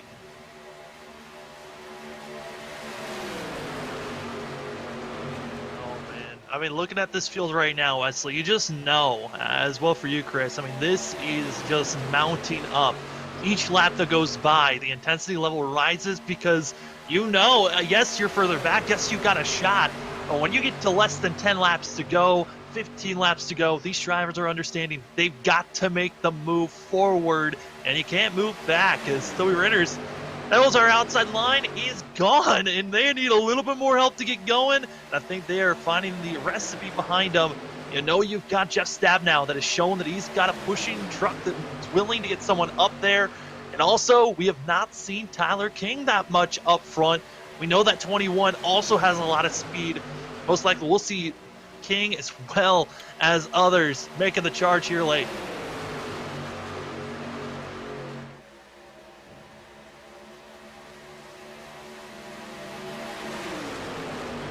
Well, off the back straightaway, coming up on the final 25 laps, another truck down below the gap, below the apron to the inside. Outside lane, back up into turn number 3. Wakefield, West, Burke, Ritters, Moore. Who will break out of line? When will somebody get impatient? Because I got a feeling, Chris, we've only just begun. This is far from over. I think a lot of these drivers are still just playing nice. Well, the biggest thing is if they're going to break out of line, you got to make sure someone's going to go with you, or if you can get in front of that outside line, or vice versa, to make the move. But a lot of these guys like to use the strategy of hanging out in the back for a while, but we're getting down to the last 25 laps here. You said you got to start moving forward and get a little more aggressive as it's winding down.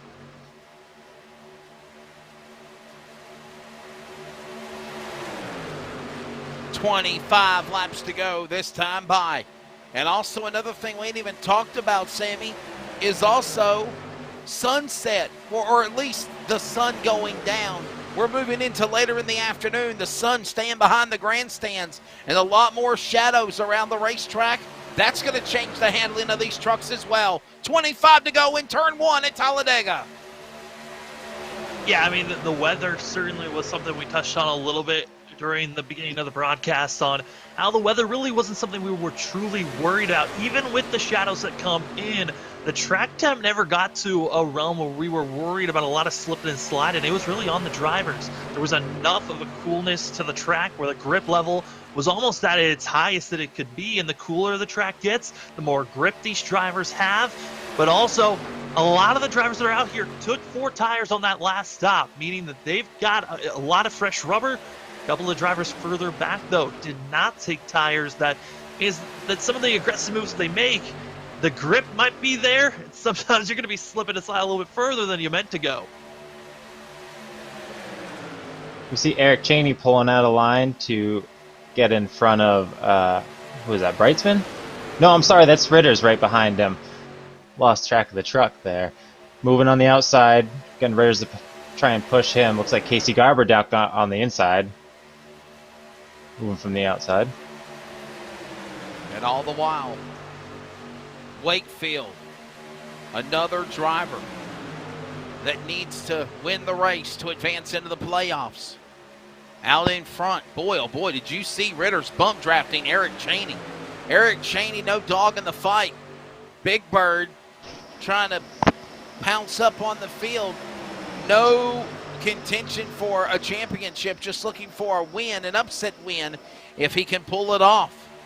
As right now, he is right behind Dennis Moore, Chris's pick, and now he clears him as they go back into the corner into turn number 1 and 2. 22 to go. Next time by. I mean, Speaking of Cheney being one of those trucks that is not eligible for the playoffs, I had a chance to talk to Team Ramrod earlier, one of those members being Eric Cheney, and they've all just been quite excited to get to this restrictor plate race, making sure they all want to hit it, as a lot of fun here. And it's good to see him up front doing well. Samuel, you want to add anything more to that, bud? Yeah, I mean, Eric Cheney's been showing a lot of speed. I mean, especially last week, we saw whenever he showed up for Kentucky for qualified on the pole. He did the same as a great qualifying. Outside lane for the lead! Here you can just see just 2 trucks. They can make the moves. Big Bird with the assist of Clifford, the big red dog, to the lead. Cheney, Ritters, Garber, Wakefield with a bump now and some help from Dan West Jr. down to the inside. as they go into turn number 3 with 21 to go. Oh, hold on. Oh, Ritters, he wrecks, crashes, gets into Garber, flies through the air. Tyler King, Ritters is still flipping violently end over end. Finally lands on all fours. Still spins as he goes below the infield grass apron. Caution is out. We are riding on board with 23, that's for sure. My goodness. I mean, this all Samuel, started what do you up think of front. this, brother? I mean, Judd Wakefield and Eric Chaney both aggressively against one another. Bump happens, and at that point, Ritters was just a sitting top. I mean, he had nowhere to go. He was trying to follow Eric Chaney where he went, but because Chaney got bumped and got off course, it then made that of the 23 try to react and follow, and just got out of control, loose, and away he went. If you are, Just the case of the accordion effect. Yes, and we're going to go on board with Toby Ritters. What is the word I'm trying to think of? If you have seizures or could go into a panic, epilepsy, yes. Epilepsy. Don't look at this for at least 20 seconds. Oh, wow. I'm so happy to We heard the engine go right there. Just a classic case of the accordion effect. Something goes wrong up front, and the rest of the field feels it. Oh, my goodness. And such a tough break for Toby Ritters. I think really he has is. a fast repair, though. I think he has a fast repair. Can we verify that? Does he have a fast repair? I think he does. Well, if he does have one, I think he did have to take a tow, so he's still going to be in pit road for quite a bit here, as we're still waiting for confirmation. There's a lot of drivers out here that kind of wish they had unlimited fast repairs with the amount of carnage we've been seeing. He's already used his fast repair. Oh, he's SOL. Correct me if I'm wrong, but I thought I heard the engine pop on that, so that might mean he's just totally done for the night.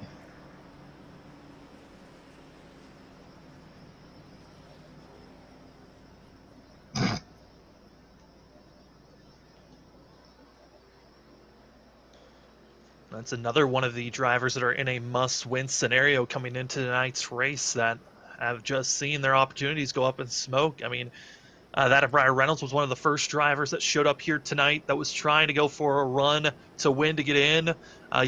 There's no way for him to point his way in. Toby Ritters was another driver that needed a win to get in. Left of the drivers that are forced, have to get a win if they want to get in, cannot point their way in. That is Frank Harris and Judd Wakefield that are looking for the shot. Judd Wakefield up front leading currently. And there still is a selection of 5 drivers that are trying to point their way in. Ryan Bloom, John Ottenbacher, Steven Paulison, Kevin Smith, and Robert Gamble. But a lot of them have already also been tossed to the side with a lot of damage. So tonight, the mathematicians to try to make sure of who's going to be in our 12 going into the playoffs, their calculators are already fired up, and it's going to be a lot of math here tonight. Chris, you having fun? First time in the Truck Series? What do you think, brother? Absolutely. These super speedways are entertaining, and it's just been nothing but excitement here tonight. Seeing some different faces up front, too. It's really definitely too bad for Toby Ritters. Definitely heartbreak for him. That's a real bummer, seeing what could have been. But this has definitely been a lot of fun.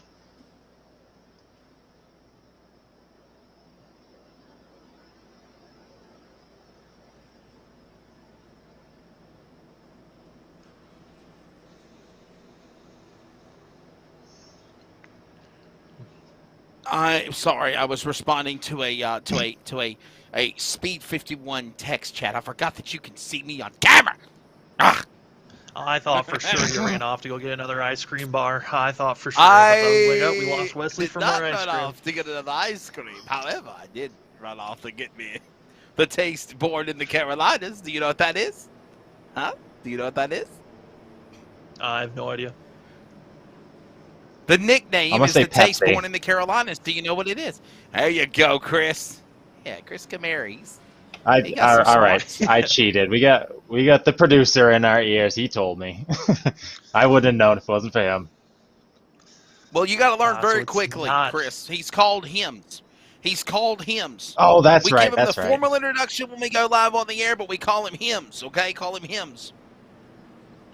Sorry, Hims was in my ear, giving me the correct Hims. answer. Yeah, he has a bad habit of doing that to people. Have a drink on me, Charles. Not alcohol. Well, it's by not the so way. bad. Non-alcoholic. It's like a What game were show. we- It none of you know I'm cheating. Mm. What were we calling Coca-Cola last week? Was that like America's beer or something like that?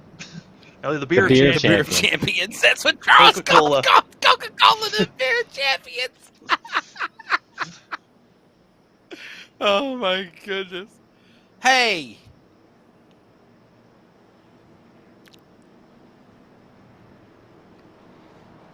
I can tell you this much, you smart Alec.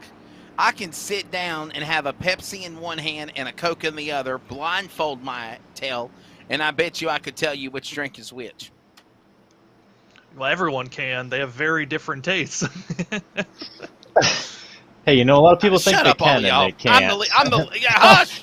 We're going back to green. 18 to go. 18 to go when they go back to the Geico restart zone. Judd Wakefield, by the way, he's handicapped. He's got a broken arm. He is the leader in the 50 truck. Back to green. Carl Burke, Big Daddy, he's right back there again.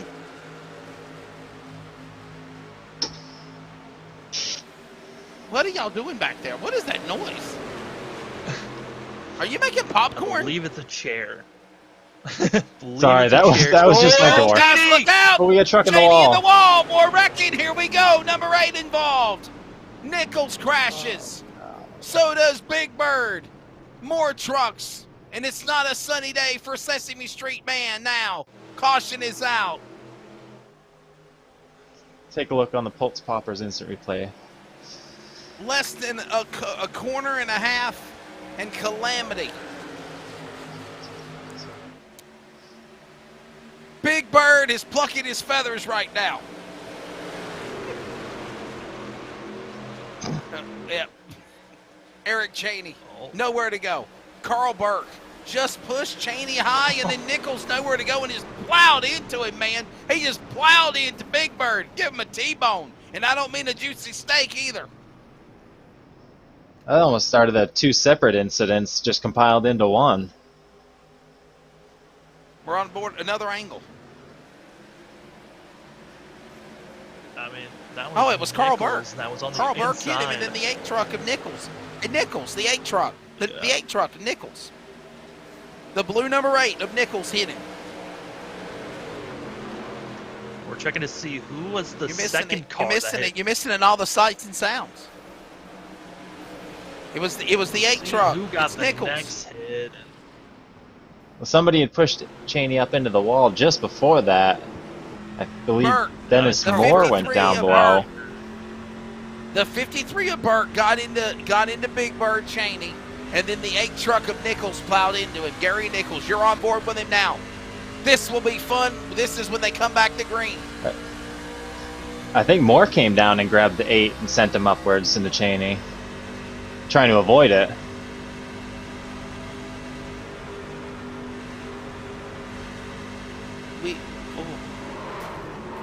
Oh, definitely. Dead stop. What happened? Oh, my goodness. This is what you call definitely practicing social distancing by yourself virtually. They slowly This is what you chipping call away. No, this is what you call matrix. This is what you call matrix social distancing.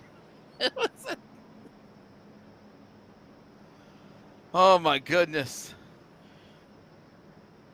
Toyota number 50, Judd Wakefield, leading the way. We're back under caution.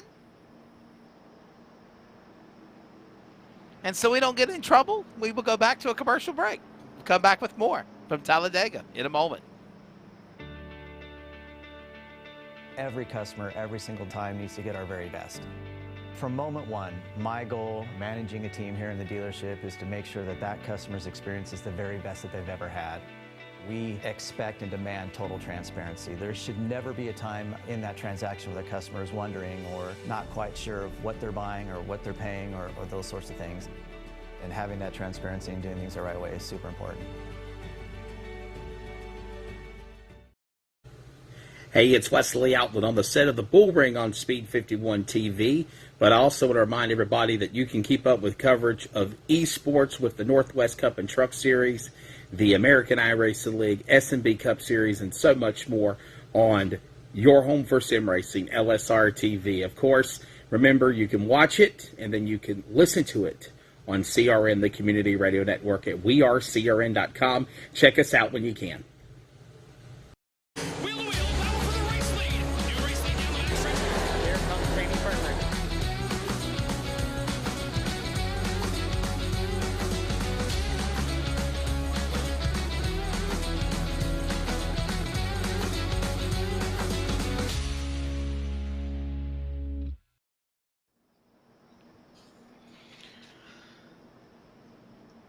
Still under yellow flag. Welcome back. Boy, oh boy. Samuel Dyer, Chris Camary, and we are here at Talladega. And gentlemen, this is far from over. It is only just begun. And remember, there's an opportunity for 2 overtimes if need be.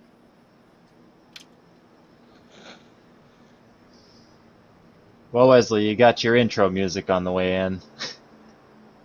I did. I always. Hims knows what I like. Hims feels the Wesley wrath, if not. The wrestling wrath.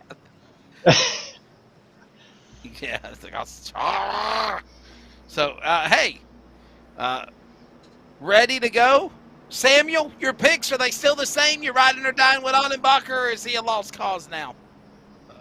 He's kind of a lost cause. Ambacher's in pit road getting repairs done for the 89. I believe he does not have a fast repair anymore, so he is in pit road just getting more and more repairs done.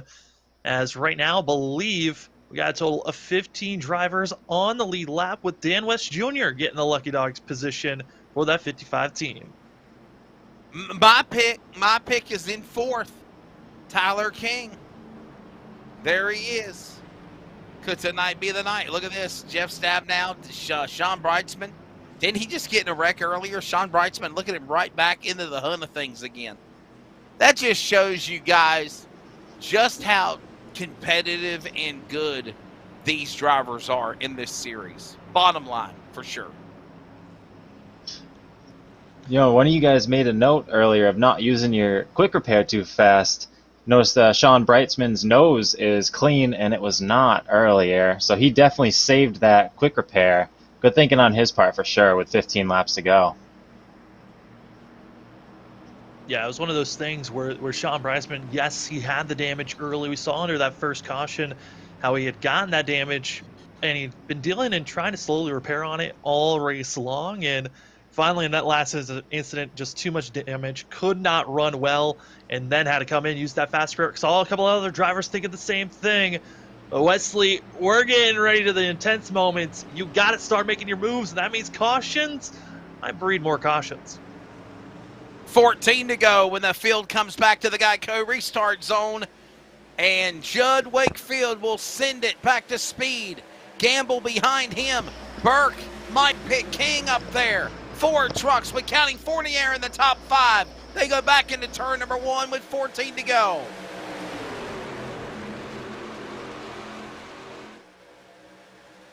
Give the jump to Burke. Burke will clear him. Big Daddy. Back straightaway. Carl Burke out of the playoff picture, just wanting to win. King is in the playoffs. He's looking for the lead. Number 21 for the Beaver State. Down for the lead, Samuel into turn number 3. Yeah, Tyler King tried to do another lazy block where he just lets his truck drift to the outside, and it worked before because Reisman had such a damaged nose. The damage is gone, and now you're seeing just 3 trucks working. Burke to the inside. Burke shuffled down below the penalty. Burke is coming to pit road. Oh my Did he goodness, maybe get 14 to penalized go. Now for make it making a 13 lane change? to go in pit.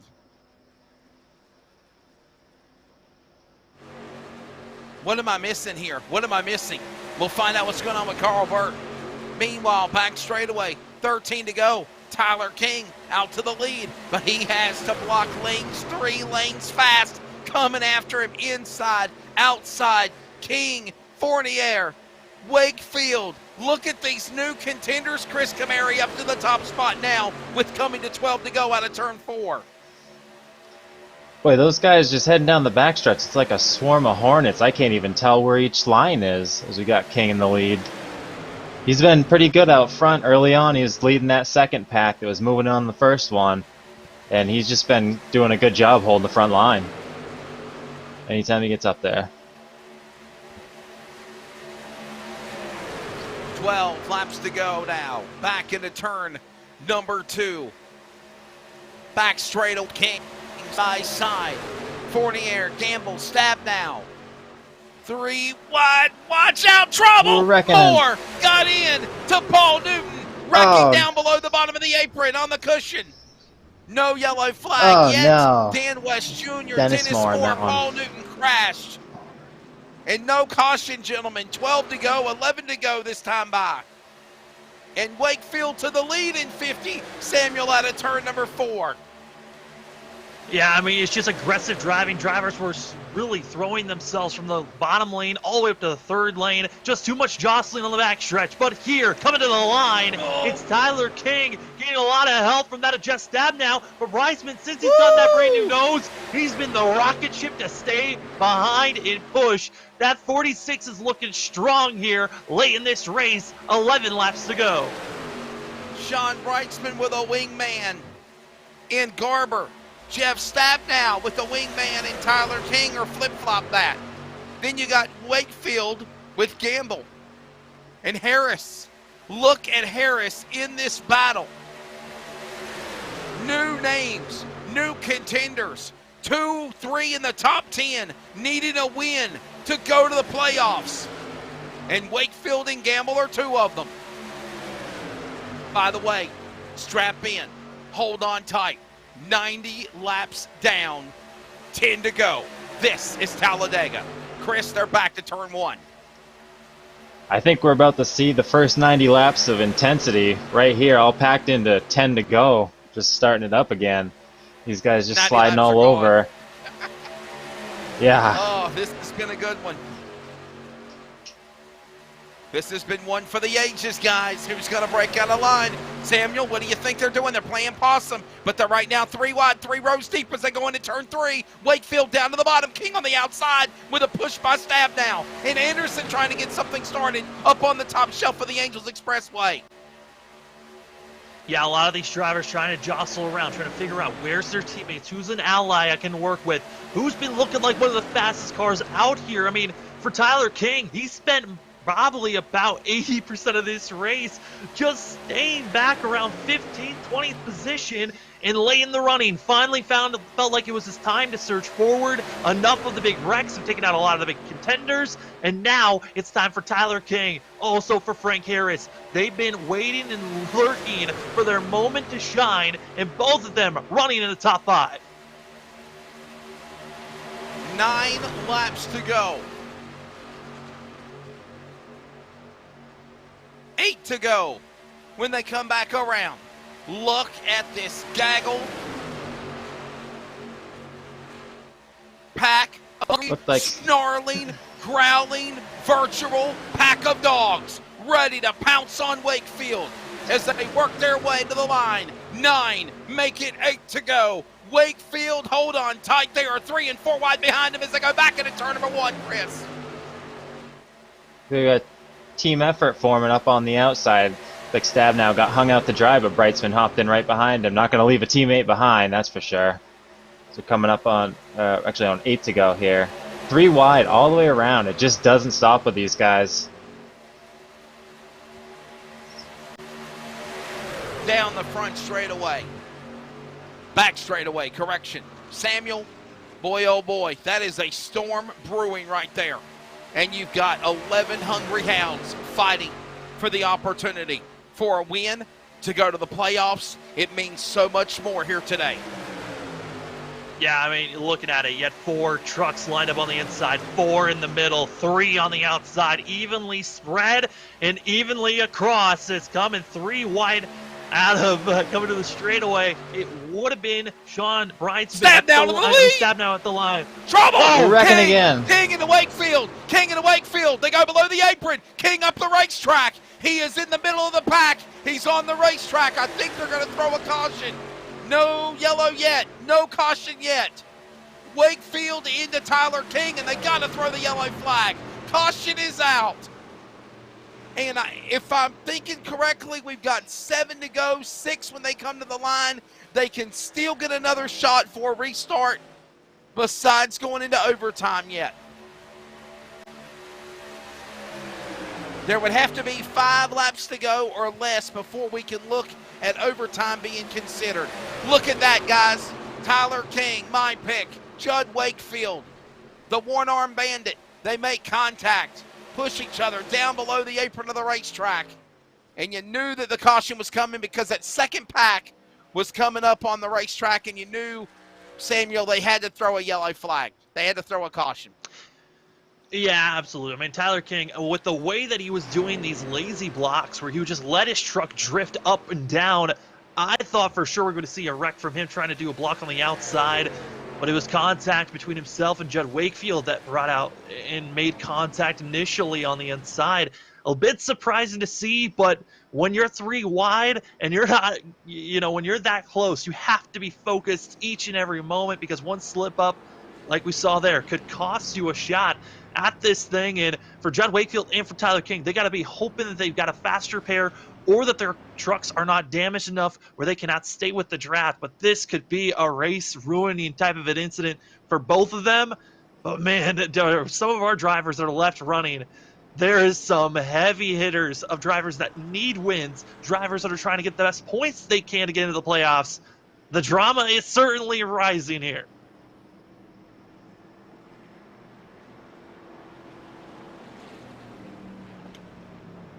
Jeff Stabnow. You know what? I'm not even going to interview him because I ain't going to jinx him. Samuel, you and I both know I have a bad habit of jinxing. I have a bad... Steer clear of my driver, you ass. That's what my producer just said in my ear. So here's the thing, Chris. Samuel, you know this. Greg Rentz, our colleague, also knows this. Literally, every time I try to talk to Jeff Stabnow, ask him something, and he wrecks. So I am not associating with him until this race is over.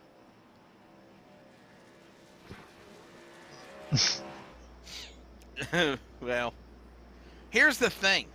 Jeff is already in the playoffs, fellers, but he has not won a race. I said fellers. That's that southern slang of fellers. Maybe it's an East Coast thing, because I'd say that too, Wesley. Thank you, buddy. Where do you live at, Chris? I'm in New Hampshire, up top. Up in New Hampshire. Hey, you got some lobster. You like lobster, don't you, brother? You got some lobster. That's a little more on the Maine side, but it's a lobster bud. I mean, yeah. They're really stretching it by saying the lobster's from Loudon. They're pretty landlocked in Loudon. I grew up about 8 miles from there. All I know, damn it, is when I do New Hampshire and go to the race, the winner gets lobster. Okay, they get lobster, Maine lobster, maybe. I don't know what it is. Okay, so he's around my neck of the woods.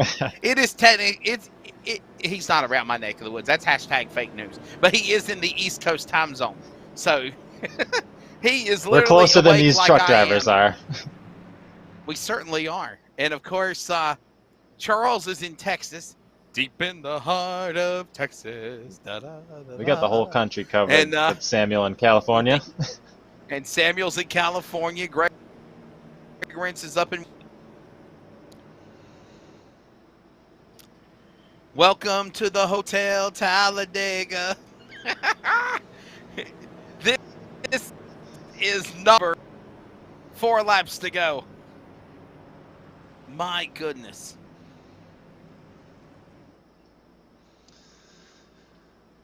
Yeah, I mean, Samuel, what do you think we're going to see, buddy? It's Nightmare on Big One Boulevard.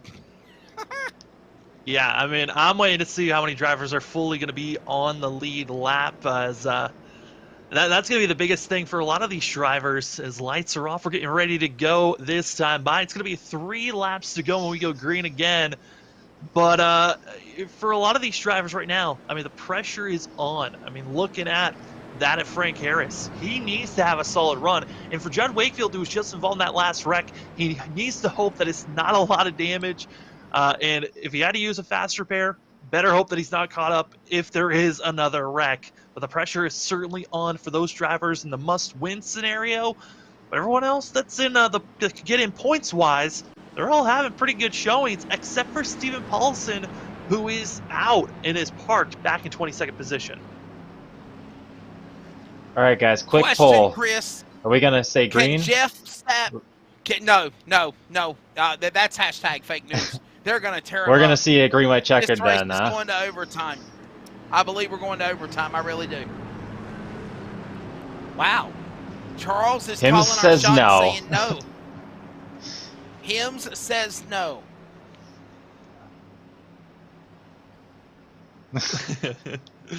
I've got a feeling we might stay green.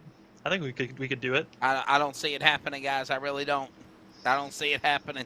They are about to get scattered, smothered, and covered. The hell with a Womlet. Well, look at this. We got teammates right on the front row here. See what they're going to do. Omelet, a Try and get in line with each other or go against each other? Jeff Stabnow has not won since last year. I want to say it was Charlotte in the Truck Series. Could tonight be back for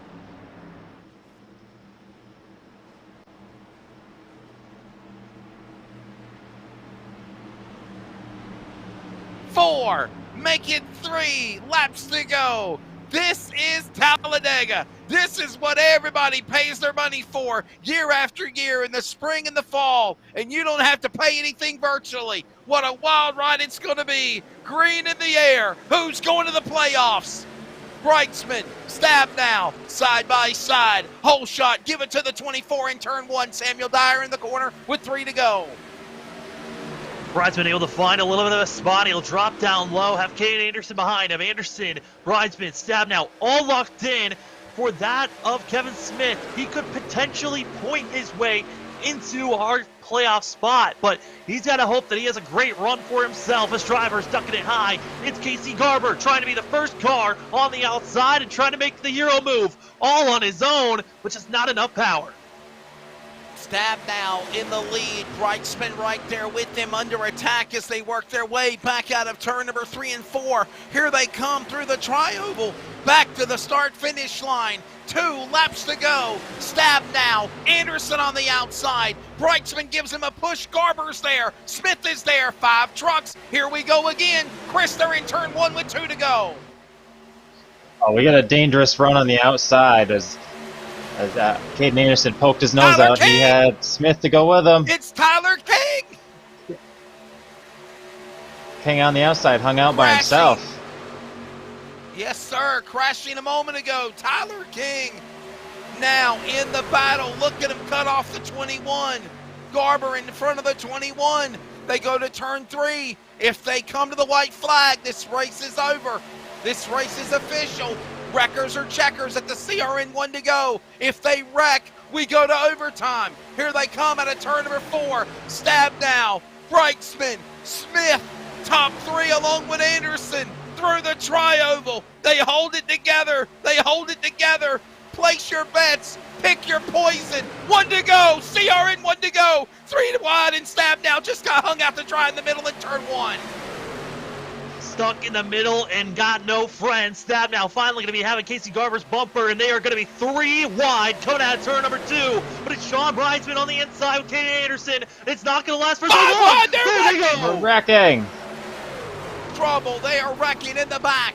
And we still wreck, and we're still tearing up trucks left and right.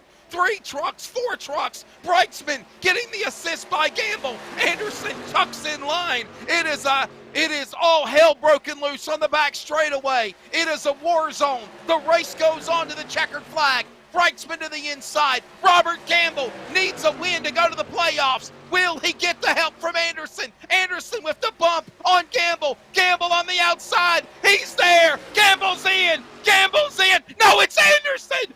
Anderson wins. Anderson wins by 13 thousandths of a second at the checkered flag.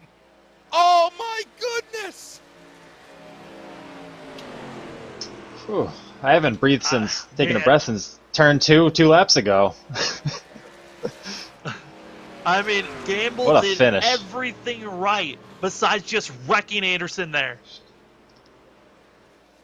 I wasn't sure if we were going to see him stick him into the And wall I'll to be try and hold the honest nose with you out. Guys, I really thought Anderson was going to go with Gamble and give him the push for the win. Oh, there was no way. Anderson wants to win Wow. every single race. It doesn't matter unless it was a team order to do that so to help a teammate out. Caden Anderson is going for the win each and every week. Well, Robert he Gamble made the move. Robert and Gamble, yeah, they're not teammates. Robert Gamble and Caden Anderson are not teammates. So, Well, these guys are oh competitors, my so even with the bigger picture, sometimes it's all about the win. You can't just give it up. guys, I agree with what him said, Charles.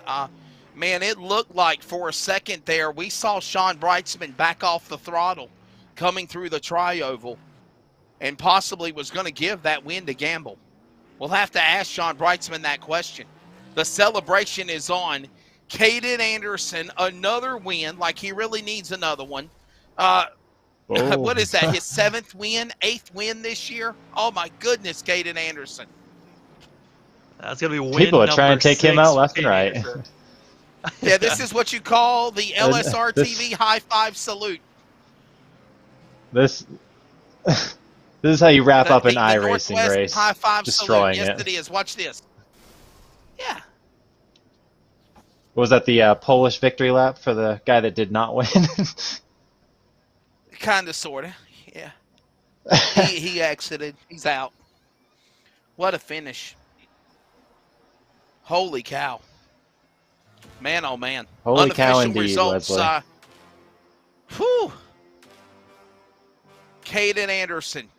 What was it on Monday night, Samuel? 83 thousandths of a second when Stephen O'Hare won? 13 thousandths of a second. Wow. Anderson over Gamble. Breitzman third.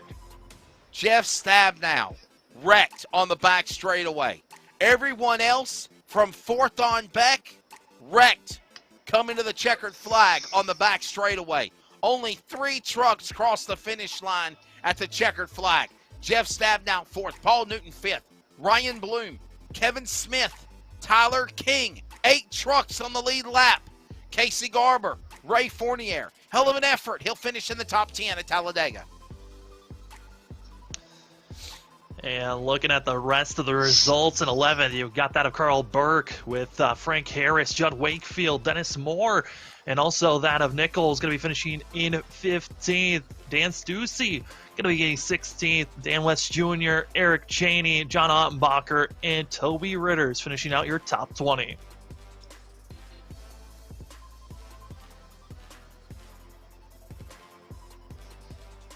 In 21st, you got Bryce Clark. 22nd, Briar Reynolds. Stephen Paulison's in 23rd. Lad Roning in 24th. 25th goes to Dan Lowther. Aaron Cooper, Cole Raz, Troy Daggett in 28th. Devin West, and rounding up to top 30 is Scott Hutchinson. A wild one at Talladega. We will find out from Jeff Stabnow and Sean Brightsman who's going to the playoffs as well, as this is the last race of the regular season. It did not disappoint at all, one iota. This is Talladega. This truck race was better than the Cup race, in my opinion. And we will talk to the top three. Caden Anderson, win number 7 of the year. He's going to the playoffs to race for a championship. Could he be the bullseye going into Indianapolis? He pulls a walk in a win from Robert Gamble and Sean Brightsman. We'll talk to the top three when we return in a moment.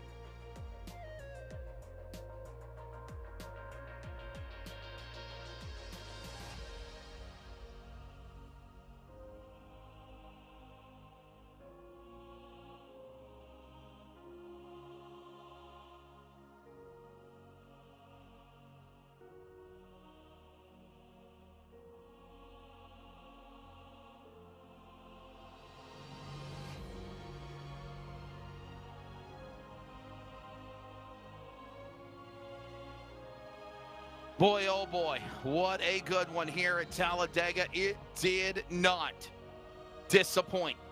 Welcome back to our coverage on LSRTV and on the Community Radio Network. I am Wesley Outland, Chris Camary along with my colleague Sam Dyer. Greg Rentz will be back when the playoffs begin in 2 weeks at Indianapolis. Indianapolis is going to be wild to start round one, another 2.5-mile track. But this race at Talladega did not disappoint. What a show they put on. And when it's said and done, a big win for Caden Anderson. Now, we'll talk to him in a moment, but first, third place, Sean Brightsman. Sean, defending Cup Series champion. He's got a lot of wins in the Truck Series this year. You're third. You were going to the playoffs anyway. Our producer kind of put it in our ear. Sean, were you kind of backing off there to let Gamble and Anderson have at it? Was you kind of wanting to see if you could give Robert Gamble the win? I noticed you kind of backed off coming off of turn 4 before you hit the tri-oval. No, they just had a better run.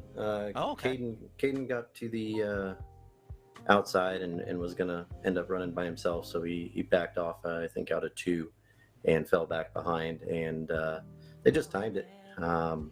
I was a little damaged, so I had was a little off pace. So I was hoping they would have wrecked and I could have snuck by. But that was a Talladega we needed after Monday night. So that was a lot of fun.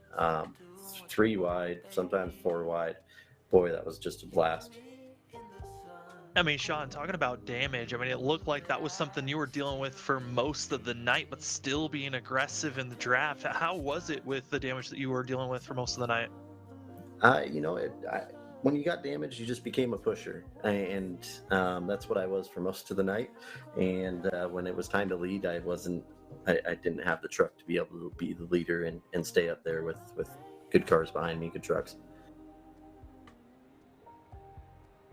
Well, this race did not disappoint, Sean. And, man, what is your take going into the playoffs? Obviously, you're going to have a very, very high seed. You're going to unveil the playoffs with Jeff Stabnow here in just a few moments. But your take going to Indianapolis after a week break. Hard to believe we were going 5 weeks straight before we now prepare for Labor Day this weekend and take off next week and prepare for the playoffs coming up, and you're taking your chances trying to go for a championship. I'm excited. I just need to put more time in and get the Brights Boutique Toyota Tundra up front, and we should be able to advance in the playoffs if we do that. So look forward to racing at Indianapolis Road Course and following that up at the famous Oval. So I can't wait for it. I'm excited and pumped up for the playoffs. We'll stay right here. Don't go anywhere. You're going to be there with Jeff Stab now here in a little bit as we unveil Season 8 playoffs for the Northwest Truck Series, presented by Tom Denchel Automotive Group in just a little bit. So that's, again, Sean Brightsman. He will finish third on the podium in the number 46 entry. Second place going to Robert Gamble. Robert, I know this has got to be like a win for you, bud. I know you got to be excited, but, man, you were so close. Do you even realize how close you were to getting the win here tonight? Oh man, that was so much fun, and yeah, I saw Caden coming on the outside, and I tried to move up a little bit, but I wasn't gonna block him out there. And then, you know, in hindsight, I could have dropped down behind Sean, or dropped down in front of Sean after I got around him. But you know, when you're in the thick of it, but that race was so much fun all night.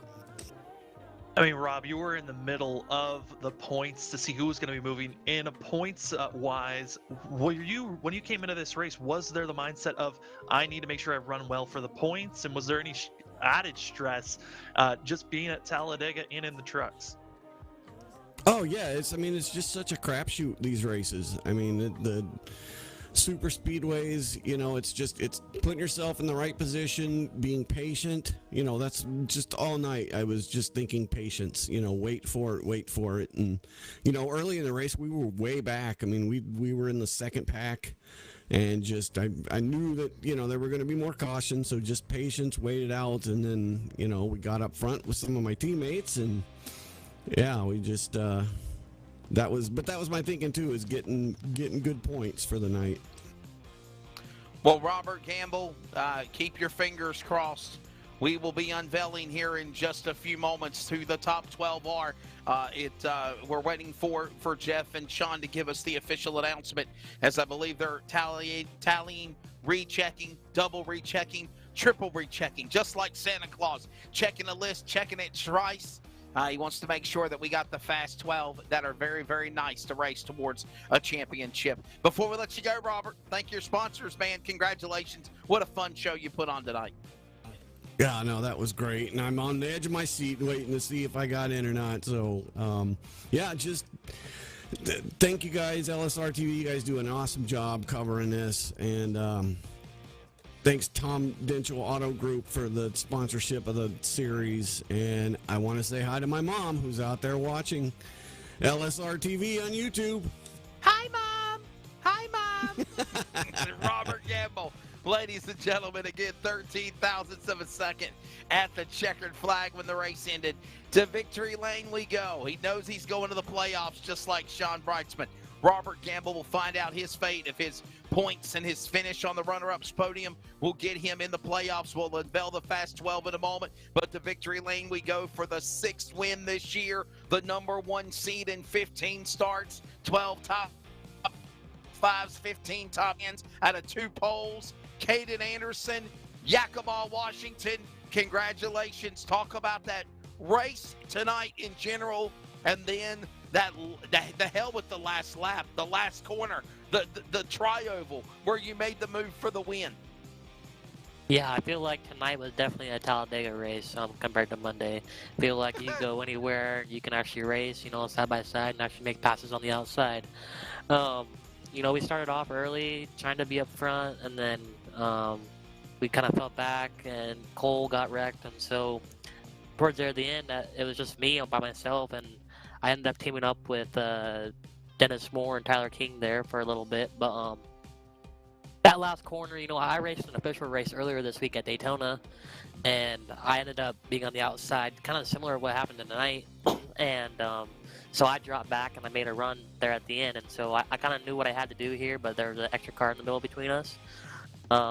So when Robert made that move to the outside, I decided to push him past Sean, and then I just made the move when I thought I should have, and came out with the win. So that was pretty intense, but I'm happy that he raced me clean and didn't wall me to take the win there.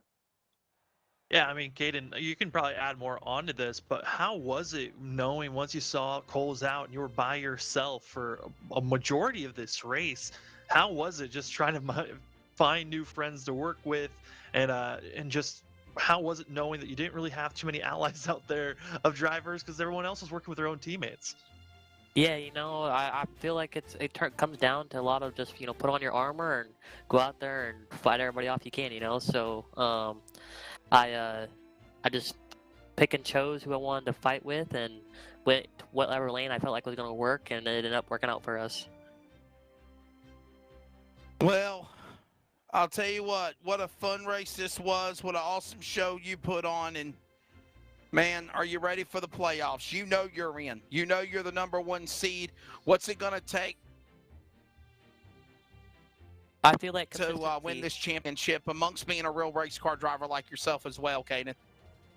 consistency is going to be key. Necessarily, yeah, I had the most wins this season, but I don't feel like that's going to matter. I think, being consistent, finishing every race up top, up front, it doesn't have to be first place, second, or third. It just has to be top 5, I feel like, to be consistent and have a chance at the points. So next week in 2 weeks we go to road course. Road courses aren't my strong suit, but we're going to practice and work, and hopefully we can come out with the top 5. All right, so there you go. When it's all said and done, that is the driver, Caden Anderson. Caden Anderson, before we let you go, buddy, thank your sponsors. And again, a big congratulations to you. Good luck in the playoffs coming up in 2 weeks at Indianapolis. Thank you. Yeah, I want to thank Harvest Chevrolet, LSRTV for putting all this on, and Tom Dental Auto Group for helping out and making this all happen. So that is Caden Anderson. He is the winner, 6th win this year, here taking the race in the Talladega 266. It is now time to unveil the 12 drivers that will battle for the championship in the postseason. All right, so how are we going to do this? We're going to do half and half. How are we going to do this? Jeff Stabnow, yeah, first off, man, your take of the race, you come so close. And now we ready to see who these 12 drivers are going to be for championship, brother. Yeah, we kind of blew it there at the end. Bad move there at the end, but it is what it is. That's plate racing, and we're going to let Sean go first tonight. Yeah, perfect. Thank you. So for the playoffs, looking forward to revealing the names here. So we're going to start off with the #1 seed, Caden Anderson, who's going to start up top with 6 wins. So he's going to start out at 3,006 points. Devin West, the 2nd seed, tying his father, Dan West Jr., with both 3 wins on the year. Followed up in 4th spot with myself, Sean Brightsman, with 2 wins. Stephen O'Hare in 5th with 1 win, and Dennis Moore with 1 win as well in the 6th position. All right. So there's 1 through 6. Go ahead, Jeff. For the rest of us non-winners that don't have win bonus points going to the playoffs, we're all tied now. We're all even. So you've got myself, Tyler King, who we already knew was in. Congratulations to Ryan Bloom. Robert Gamble, who got in. Kevin Smith, who got in. And in the final battle, by 1 point, Stephen Paulson over John Ottenbacher for the final playoff spot. Wow. By 1 point. And by the way, Paulson fell 3. Robert Gamble on the outside looking in, up 3. Just that runner-up finish, Jeff Stabnow, was exactly what he needed to punch his ticket, and he jumped up to 3 spots. Yeah, this is the great thing. I hate super speedway racing, but for a regular season finale, oh my God! With all the drama winning in, it is one of the most exciting races of the year, man. It does not disappoint when we set it up like this on a schedule. This truly was a fun one. Everybody, Sean Brightsman, Jeff Stabnow, thank you guys for what you've created. You've created a monster here And now we're going to see in 10 weeks who will be the champion. And Hey, it's Wesley, a pleasure to do what we do in the Northwest. Thank you, guys. before you send me off, I got to give a big shout out to Mama Stab now. She keeps spreadsheets of the points all year long so I can provide you guys with scenarios when we get down to this race. So I want to give a big thanks to Mama Stab now there. Mama Stab now. Hi, Mom. Thanks, Mom, for good. Thank you, guys. Again, Sean, Jeff, appreciate what you guys do. And enjoy the week off. Playoffs come up in 2 weeks. Looking forward to it. Thanks, Wes. Not a problem. All right, guys, and we are going to now